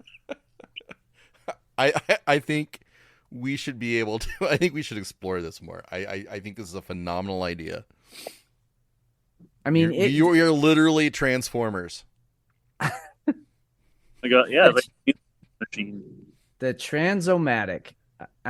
We're gonna start working on this, just so you guys know. So this is the kind of content we're talking about. On our Twitter feed, you're gonna see the transomatic be built from the ground up. I mean, you're gonna see the work being done. I'm going down to Lowe's tomorrow. I'm gonna start buying parts. We're gonna do this. I'm going down to the patent office. Yes, thank you. You better. Yeah, get that filed. Yeah, I don't think we were going to get into transhumanism tonight, but there we are. What are you going to do? Oh, Jesus. This is Whiskey Hell, Oh, baby. This is what God. we do. That's how we roll. We're helping people. That's right. We are One listener at a time. we are always here to help. First and foremost. Man. Could you think you could transform into like a car? I mean, I don't know if Lowe's will have all the parts for that. But I think Amazon, you can special order anything from Amazon. Order it from Amazon. Dude, what if I could just what if I could be Denzel Washington for a day? Do you know how many girls I would pull just to see if I could? Because I'm Denzel. Well, you'd think they're girls, but it's actually some ugly fat guy that transformed that day into a girl. Do you think I care? Whatever it looks like. This is going to be in everybody's house. That's cool. Well, honestly, I think we should corner the market and just have it for us for a while so we could have some fun. Then we'll release it out to everybody else. It's like as popular as a refrigerator. Oh, yeah. I mean, it's like everybody's house. It's like you buy your PS5 and then also you have your Transomatic. Oh, my God. Oh. Thank you, Hefe. Yeah, that was a fantastic contribution tonight, sir. Imagine like having to, like, do I get the PS5 or do I get the what is it called? Transomatic. Transomatic. Yeah. I call it a transformer. We don't get sued. No. I think Transomatic 1.0 would just be you could change your body to anything that's also human. And then Transomatic 2.0 would be you could start getting into the animal, the bestiality stuff. And then Transomatic 3.0 would be cars and airplanes and picket fences and stuff. Like all the weird shit that people are marrying right now, you could be that. Yeah. So we sell upgrades and we charge more for that. Oh, exactly. Oh, hell yeah. That's what I'm saying. Yeah. Absolutely. Dude, this is a money maker. Oh, jeez. And when I deliver one of the 1.0 models, I'm going to show up as like an airplane. Like, look what you could do if you have the 3.0. Yeah, you could be a 747. That would be an amazing sales tactic. I love it. This is going to be great. We're going to be rich. So fucking rich. Beyond our wildest dreams. We're going to have fuck you money. And we could be anybody we want at the same time. Exactly. We're going to transform into a stack of money. There you go. I'd identify as a stack of money. I would have sex with that. I'd hit it. Oh my God. What the hell is wrong with us? I'll tell you what's wrong with us. It's this fucking beer. God damn it. It's terrible. Sucks. It's so bad. I can't even drink it. That was perfect timing. Gretchen just walked by when you said, "Is this fucking beer?" Gretchen knows who I am. What's up, Gretchen? All right, I got to go back to work. All right, say hi to Gretchen for us. I will. Later, man. Later. All right, see you. All right, let's take a break. We'll be back with you guys in a minute. Listen to our sponsors. Hey, Fitz. Yeah. Did you know that everybody's supposed to just accept being poor? Well, I know that's what that Watt in what is he? He was from the Bank of England. He's an economist with the Bank of England. That's what he said. Is we need to accept being poor. Yeah, go ahead. Wow. British households and businesses need to accept they are poorer and stop seeking pay increases or pushing prices higher. The Bank of England's chief economist, Hugh Pill. That's a hell of a name. Can we talk about this dude's name, Hugh? I'm assuming that's how you pronounce it, but it's spelled Huw. Hugh. His parents were assholes. It's phonetic. Hey, how do you spell that? It is phonetic. Just the way you said it, asshole. And then his last name is Pill. So Hugh Pill or Hub Pill. I don't know. Hub? Huw Hub. I don't know. Anyway. Pill said a game of pass the parcel is taking place in the economy. as households and companies try to pass on their higher costs. I think I played that game one time in like 8th grade. That's like spin the bottle, right? Yes. Pass the parcel. Yes, and then you actually end up in a closet making out with, a gym teacher. Hey, whose mouth am I in? Anyway. Yeah, this fucking So and he was speaking to a podcast produced by Columbia Law School. Yeah. You remember when I was going to go to Columbia? Do you remember that? I do. And they still, to this day, they keep asking for you to, return their calls. And I got you, buddy. I got accepted to Columbia. That's what a joke that university is. Anyway, but actually a legit law school, right? I mean, one of the top in the country. And this douchebag speaking to, I guess, a funded podcast that they pay for. Right. And this is what he said, that we just need to accept being poor. And he was, the shit of it is, dude, he was talking to, as he said, the UK public, people in the United Kingdom.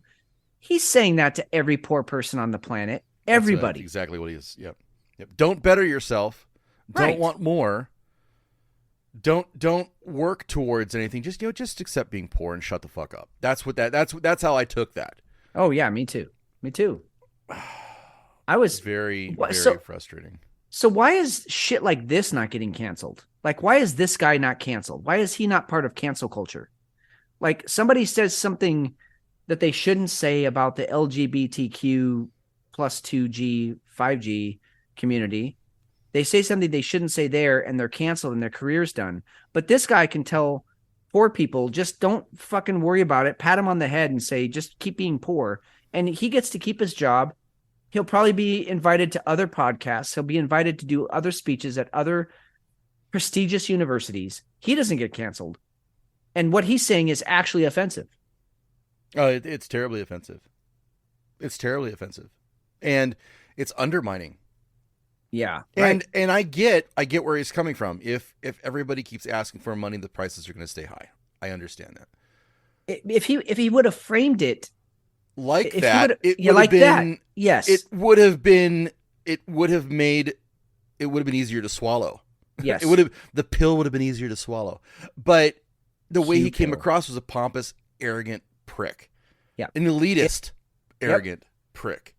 In the context of inflation, we should be careful about wanting more, higher wages. If he'd have said it like that, I'd be like, he's actually right. But that's, like you said, that's not how he said it. He came off as like, listen, I'm rich, you're poor, deal with it, and quit asking for more money. That's basically what he said. You fucking asshole. Hey, so First Republic Bank is done. Yeah. Yes, they are. This is again, not it. I know, not to toot our own horn, but I did say this was one of those. I talked about Credit Suisse, which they're fucked. And I talked about First Republic Bank here in the stateside. I said those are two canaries in the coal mine. If they go down, watch out. Well, they're both gone now. So, Credit Suisse was saved by Switzerland. They saved it, but okay, First Republic's done. Yeah, but watch. I'm gonna make another prediction. Watch Credit Suisse. Keep your eye on them. All right, because yes, they were bailed out, but those people who invested, and I say people, governments and other banks who invested in Credit Suisse, they're gonna want a payday. They don't just invest in things and then take a loss. They're gonna want their fucking money back plus interest, and they're not gonna get it. So just keep your eye on Credit Suisse. I don't think they're out of the woods yet, but First Republic, is that a 2023? Is it a 2023 prediction? I think further out. I think Q1 of 2024. When we have unemployment at record levels in this country, with still more layoffs coming, because I think that'll happen. And just sort of a worldwide economic recession. Credit Suisse will be just one of those where you go, oh shit, they've been in trouble for a while, and now the toll is coming, and nobody can pay it. Because that's what happened here to First Republic. Remember, they got $30 billion influxed from other banks pouring in to save them. Right. and they still couldn't pay off all of the people who were coming and wanting their deposits. And so they're fucked. They're fucked. They're just gone. What? God, I hope I get the numbers right here, but they were trading at something like $115 or $120 a share, and it's now worth $375 a share. Yep. Good God. Yeah. That is unreal, dude. Unreal. They've just completely fucking fallen apart. House of Cards. You pull one out, it's done. Hey, so this was cool. We've been talking about the Chinese police suspects and all that kind of business, and I know we dumped it from the show last week, but the whole idea is that the United States is cracking down on these secret Chinese police stations that are all over there's like 5 different locations throughout the country. Yeah. But this week, Fox News ran an article that had Mayor Eric Adams at an event with Lu Jinwang, an actual one of the guys that runs one of those police outfits. Yeah, he was one of the guys arrested for it. So it's not like, hey, he's running it. No, he was arrested for having this thing in New York City, and he's there hobnobbing with the fucking mayor. And Chuck Schumer also was. Jesus. That's kind of damning. But nobody's talking about this. Again, right. It's not out there. I mean, that's corruption with a capital C, man. That's corruption on the highest order. But here's another patsy. This guy, whatever his name is, Lian Zhuang. He's out there hobnobbing with all the rich people and charity events and everything else. And then as soon as we're done with his usefulness, he gets thrown under the fucking bus. Yep. But here's what's changing right now. Here's what I love about this time in history is that, yes, we have a lot of turmoil, a lot of chaos going on around us, but people are out there literally as we speak until all hours of the night, 24/7. Somebody is out there scouring the internet to try and find shit and dirt on these dirtbags. Yep. And they're finding it, and I love it. There's been a lot of talk about how Twitter is basically becoming the media. Mm-hmm. Because it's a citizen journalist. Yes. Right. And I would throw us in that same category, right? I mean, yes, I think we are. We're not. We do the digging, we do the research, we find stuff, and then we report it, right? Yep. Most of the time, we're bringing up stuff that mainstream media is either not covering poorly, lying about. Yeah, or spinning it. That's our MO. Yep. But you're seeing more and more of these. I think another Twitter follower or Twitter person that we follow is at Amuse. Mm-hmm. He's got some fantastic content. We talked about War Clandestine. You keep looking, and then don't like we always say. This is the information. Now go get your own information and then make a decision where you stand. Right? The truth is going to be in the middle. Yep. Don't say, hey, well, Whiskey Hell said this, and I'm going to go out there. That's not the fucking point. We want you to think critically and actually think things through so that you're making a better informed decision. And that's the beautiful time that we are in. And maybe going back to the whole conversation about Tucker and Don Lemon, and maybe this is the death of the mainstream media. Maybe people are actually finally sick of it. Yeah, I hope that's the case. Me too. It sure looks like it, doesn't it? I mean, the smell of death is in the air. I mean, the viewership, and it doesn't have to be about the numbers, but just for a minute, let's make it about the numbers. The viewership for CNN, I think, is something like 200,000 people a day, roughly. And each one of Joe Rogan's shows is 8 million, 7 million. The shows that he had with, Dr. McCullough and all that back then, they're up to 15, 16 million people have listened to them. Yep. Well, so that Tucker video, 78 million. 78 million. So that's 8 million impressions. Yeah. You might actually be onto something, dude. I think we are witnessing the morphing, not the death of American journalism, but the morphing of it into this citizen journalism. This, you know, none of us is as stupid as all of us, but if all of us come together, we're going to find the truth. And I truly believe that. And it takes many voices. It takes many different ideas. I mean, that's what this country is supposed to be about, right? We're the melting pot. I can't tell you how many times we heard that in school, in history class. We're the melting pot, and we'll take anybody. Give us your poor, you're weak, you're tired, all of that bullshit. Well, now that that's coming to fruition, we need all the voices. We need voices from every corner of the population. Doesn't matter your sexual, your race, your religion. None of it matters. Your voice matters. Get it out there, because somewhere, as McShane said, somewhere in the middle of all of that is the truth of where we want to be as a culture, as a society. And we will get there if we keep on this path. But I'll tell you what's scary is how many people still are buying the narrative, quote unquote, the narrative. That's scary to me. I mean, how many people still have their heads in the sand? Come on, guys, wake up. And I'll just say this, it doesn't have to be our show, although I would love it for it to be our show. But you need to be, as citizens of this country, we need to be talking to our friends and neighbors. COVID really drove a wedge in a lot of families and between a lot of friends, and those conversations stopped. We need to start having those conversations again. It's time to bury those old hatchets. It's time to stop pledging your allegiance to Republicans or Democrats, and it's time to have conversations as people and as a nation that wants to move forward progressively and respectfully to all people. And yet we want to have some common sense here with what we're doing with our kids and what we're doing with, world politics and geopolitics.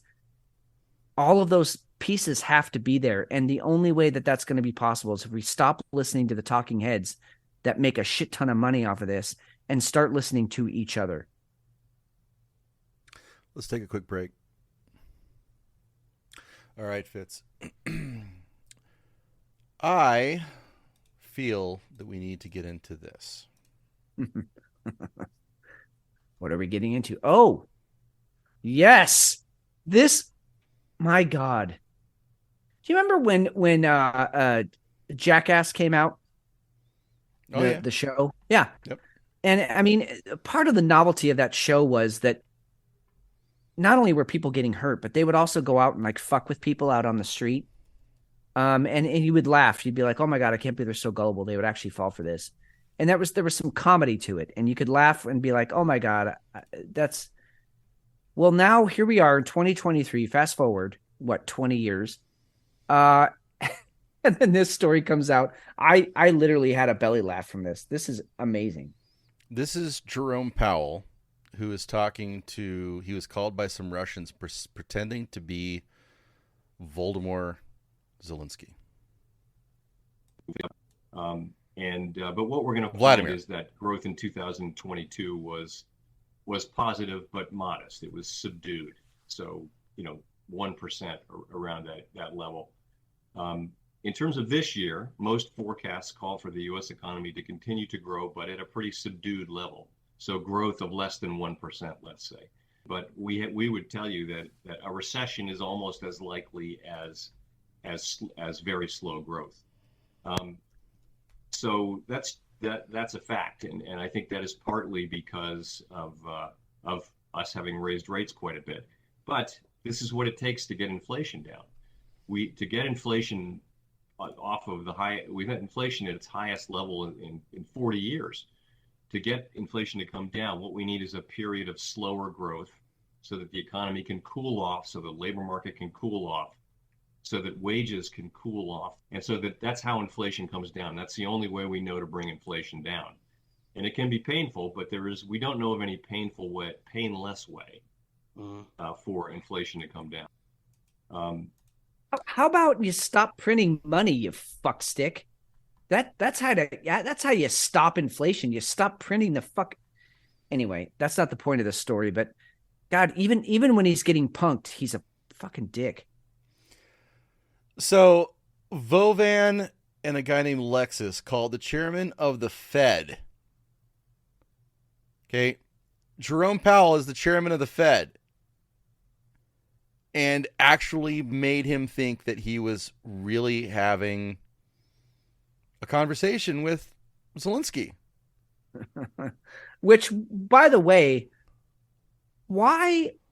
Okay, number one, why would Zelensky call the Powell of Jerome? Number two, Zelensky's not intelligent enough to even understand half the shit he just said.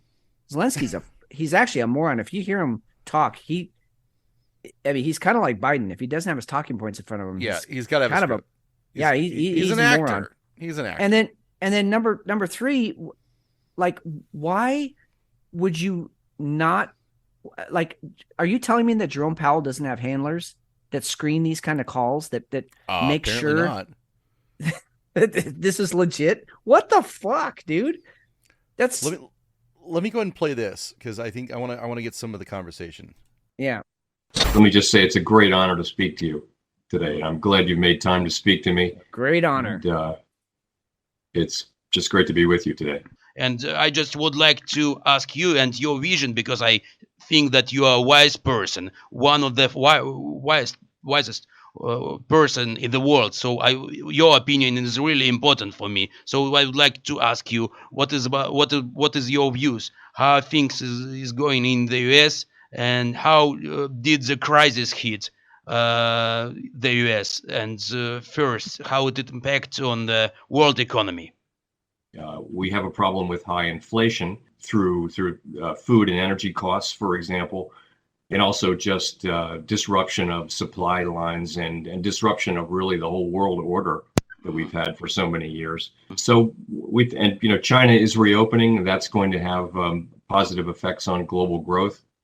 It might have add some added pressure to inflation, but that remains to be seen. So, and I know that doesn't help Ukraine in your critical struggle against the invader. But my question is about your opinion. Why do you think Russia was able to overcome the sanctions policy? I'm told that sanctions are hitting the European economy and the Eurozone more than Russia, so more than we expected too. So other sanctions working or something wrong? Russia's GDP has grown, and it is now if I'm not wrong, the 9th in the world. So how do you assess the policy of the Central Bank of Russia, for example? So they managed to save the ruble. Why?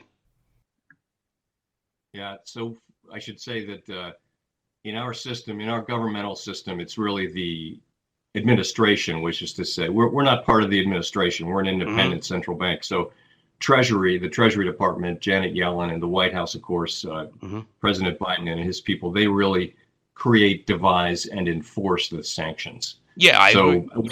We have a fairly modest role in that. But I would say a couple of things. First, just you're right. It seems like the Russians have been able to avoid the harshest application of the sanctions. I know we all know the head of the central bank in Russia. She's quite capable. She was. I'd be very surprised if she was supportive of the war at all. But she's quite good at her job. She's extraordinarily capable. We know her from international circles. For years she's been attending meetings of central banks, and she's quite well thought of as a technical matter, quite knowledgeable and smart. So she will have done, things to enable the Russians to avoid sanctions to the maximum extent possible. Although we still think that the sanctions are hurting them, just not as much as we would have hoped. And Wow. Isn't Zelensky famously really bad at English? Like, he's very poor at trying to speak English. Like, there's a translator there. Remember when dipshit, not Rob Lowe, who went over there and gave him his Oscar? Sean Who was Penn. that? Yeah, thank you. He had to have a translator there because his English sucks. And why doesn't Jerome Powell know that? What? He's just talking with this person. He's an idiot. He's honored to be talking to another country's president. This is the guy who was tapped to have an incredible amount of power. because he's a tool and he's easily led and he's just happy to be there. So for him, I'm guessing it was an honor. I'm guessing he was excited, and he might have even had somebody who was vetting things, but they got duped. I love that this kind of I mean, can you call it guerrilla journalism? I mean, well, like, it's Jerky Boys type stuff. It is, but it's. I mean, this is the shit that you see on like Howard Stern. Yeah, yeah. That's how easy it was. Oh my God, I had to get that one in there for the night. Oh no, that's great. That's great. And you know, part of me, I just go, what the fuck? And part of me is like, good for you guys for punking this asshole. God damn. So we're up against we're 2 hours now. So we always like to get the show going here. So is there anything you want to hit before we bail? Well, I just, we briefly mentioned it, but mainstream media is not covering the fact that we had a Health and Human Services employee whistleblower come out and say, hey, I've worked for HHS for a long time. I thought I was, finding kids good homes. And in fact, what I was doing was unknowingly participating in the U.S. government's covert operation to basically sex traffic, slave traffic children.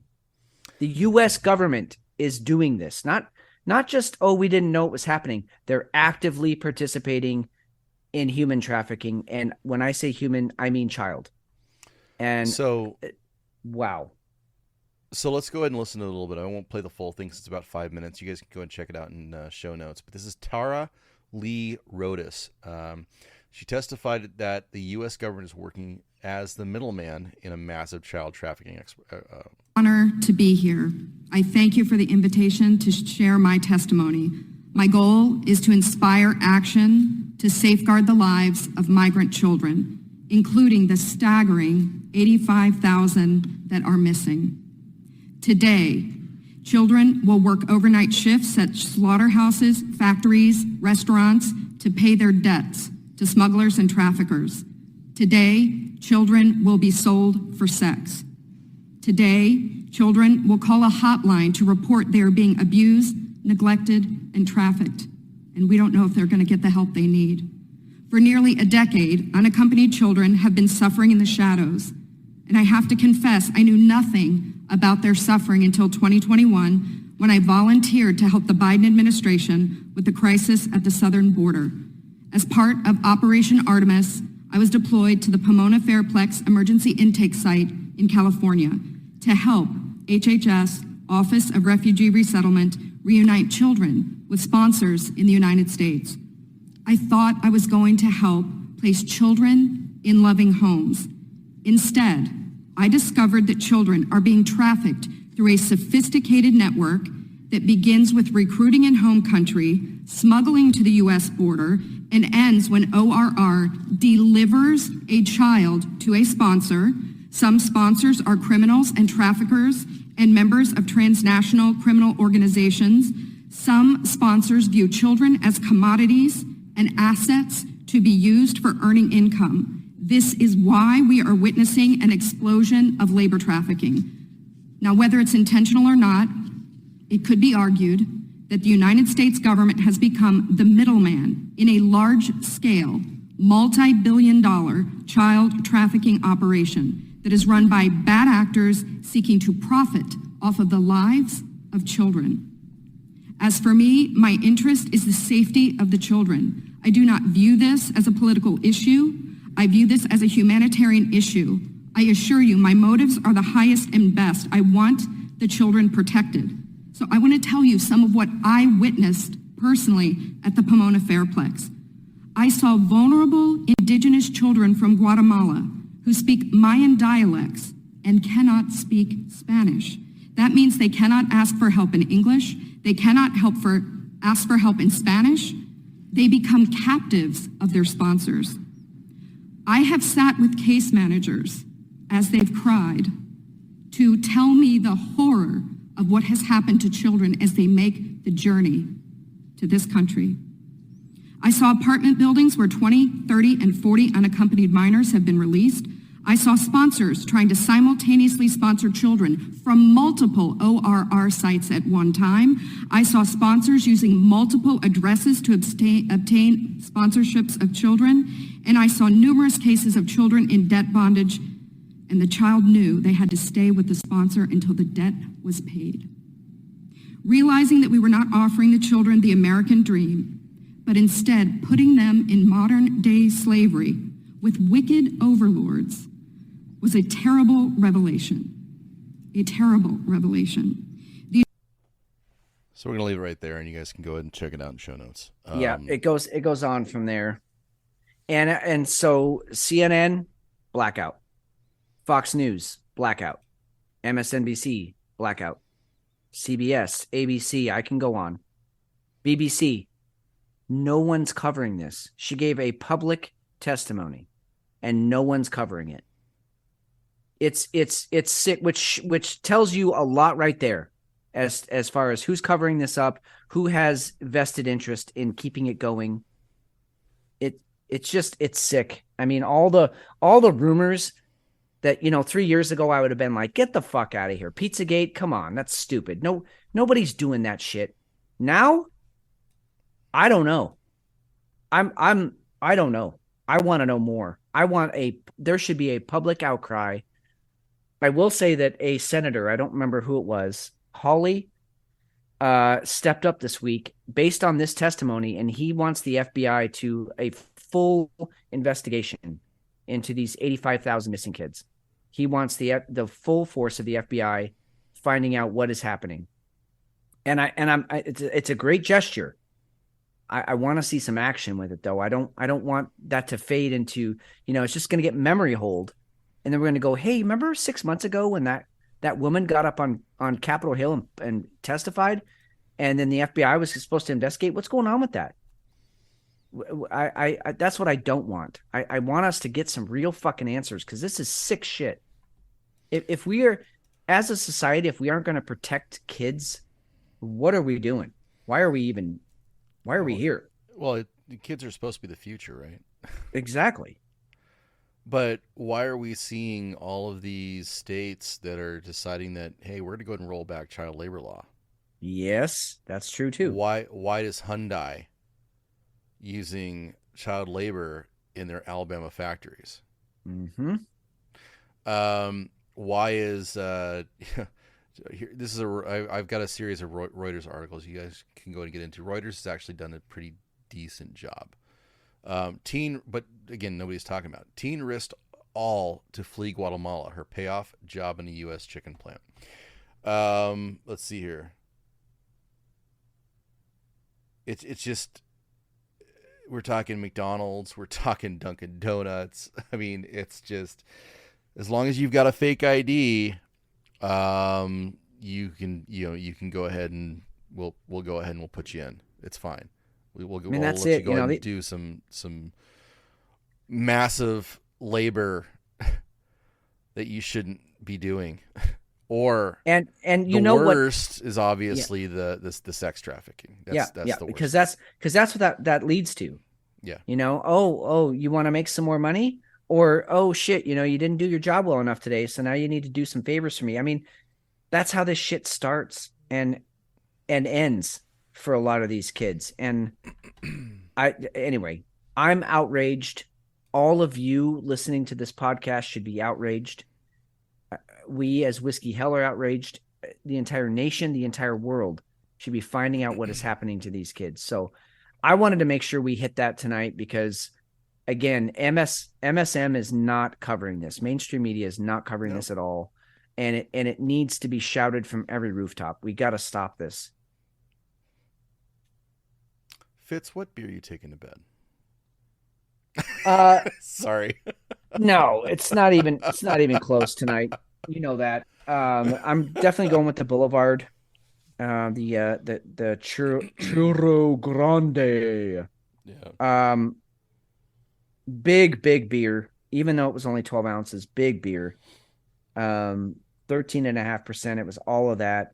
I would definitely get it again. I think now that I kind of know what to expect, I would go in with some kind of a different view on it. So I think I would enjoy it more. I was expecting something else and I shouldn't have been.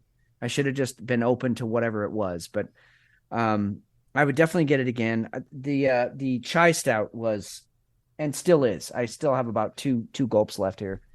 It's just an awful beer. I'm very disappointed. I'm sorry, Uptown, if you poured your heart and soul into this thing. You need more heart and you need more soul, because this it just sucked. It just sucked. How about you? What are you taking to bed? I have a tough decision. Both of these beers were quite good. Like if I was in the mood for a farmhouse, I would actively seek this one, right? Yeah. I'm not going to keep it in my fridge, but I would actively I would seek it. Now, for the DIPA, the double the double IPA, Dancing on My Own, very drinkable, crazy drinkable. Actually, this is one of those beers that I could crush 4 of them in a night, be absolutely gooned too. But I would like it's a seriously crushable beer. What was the ABV on that one? 8.3. 8.3. Yeah. See, that's one of those dangerous beers where you have one, you're like, I could do that again. And then I could do that again. And then you're in a fucking coma the next morning. Yep. Yeah. So for this, it's going to come down to money for me. I'm going to go back to the DIPA because I think it was probably about a $5 beer. Yeah. The Smog City ran me like around 18. So yeah. Better bang for your buck. Yeah, exactly. So that's how I'm going to take it. Yeah, and that's a good point. Some of these beers that we might review positively on the show, that doesn't mean that they're something that you would keep around every day. I mean, that's kind of a special, I have just kind of, I guess, quote unquote, normal beers that I have around if I want to have a beer during the week, which I try. I don't drink during the week if at all possible. Sometimes I'll sneak one in, but I save these beers for the show. And so they might get a really positive, feedback, a review from us, but it's not something that I'm going to drink every day. You just A, the cost, like McShane said, and B, you're just not always in the mood for a fucking Imperial Brown Cinnamon Churro Grande. This beer was great tonight. I don't want it tomorrow. I'm going to need to wait a while before I have another one. So just kind of an interesting point that, you got to take everything with a grain of salt. There's everyday drinkers and then there's your specialty beers, and we try and do mostly specialty on the show, and, just take it for what it is. Yep. Agreed. All right. If you guys want to follow us on Twitter, it is at @whiskey_hell. WhiskeyHellPod.com is the website. Remember, we've got subscriptions coming. Stay tuned. And when we do, you're going to get more in depth. So like when something comes out like the whistleblower, like we just had, you're going to get that in real time. Yeah. Right. Where you're going to get opinion in real time. You may get audio along with it. You might get video. You might get, we're going to be talking about that in real time. It's not going to be just something you have to wait for the end of the show. So please look for subscriptions. We'd love to have you guys join us. That's it. Let's kill it. I'm Steve McShane. I'm Fitz. We love you all. And, everybody keep your head on a swivel out there. Things are coming at us fast. Act accordingly. We'll talk to you soon.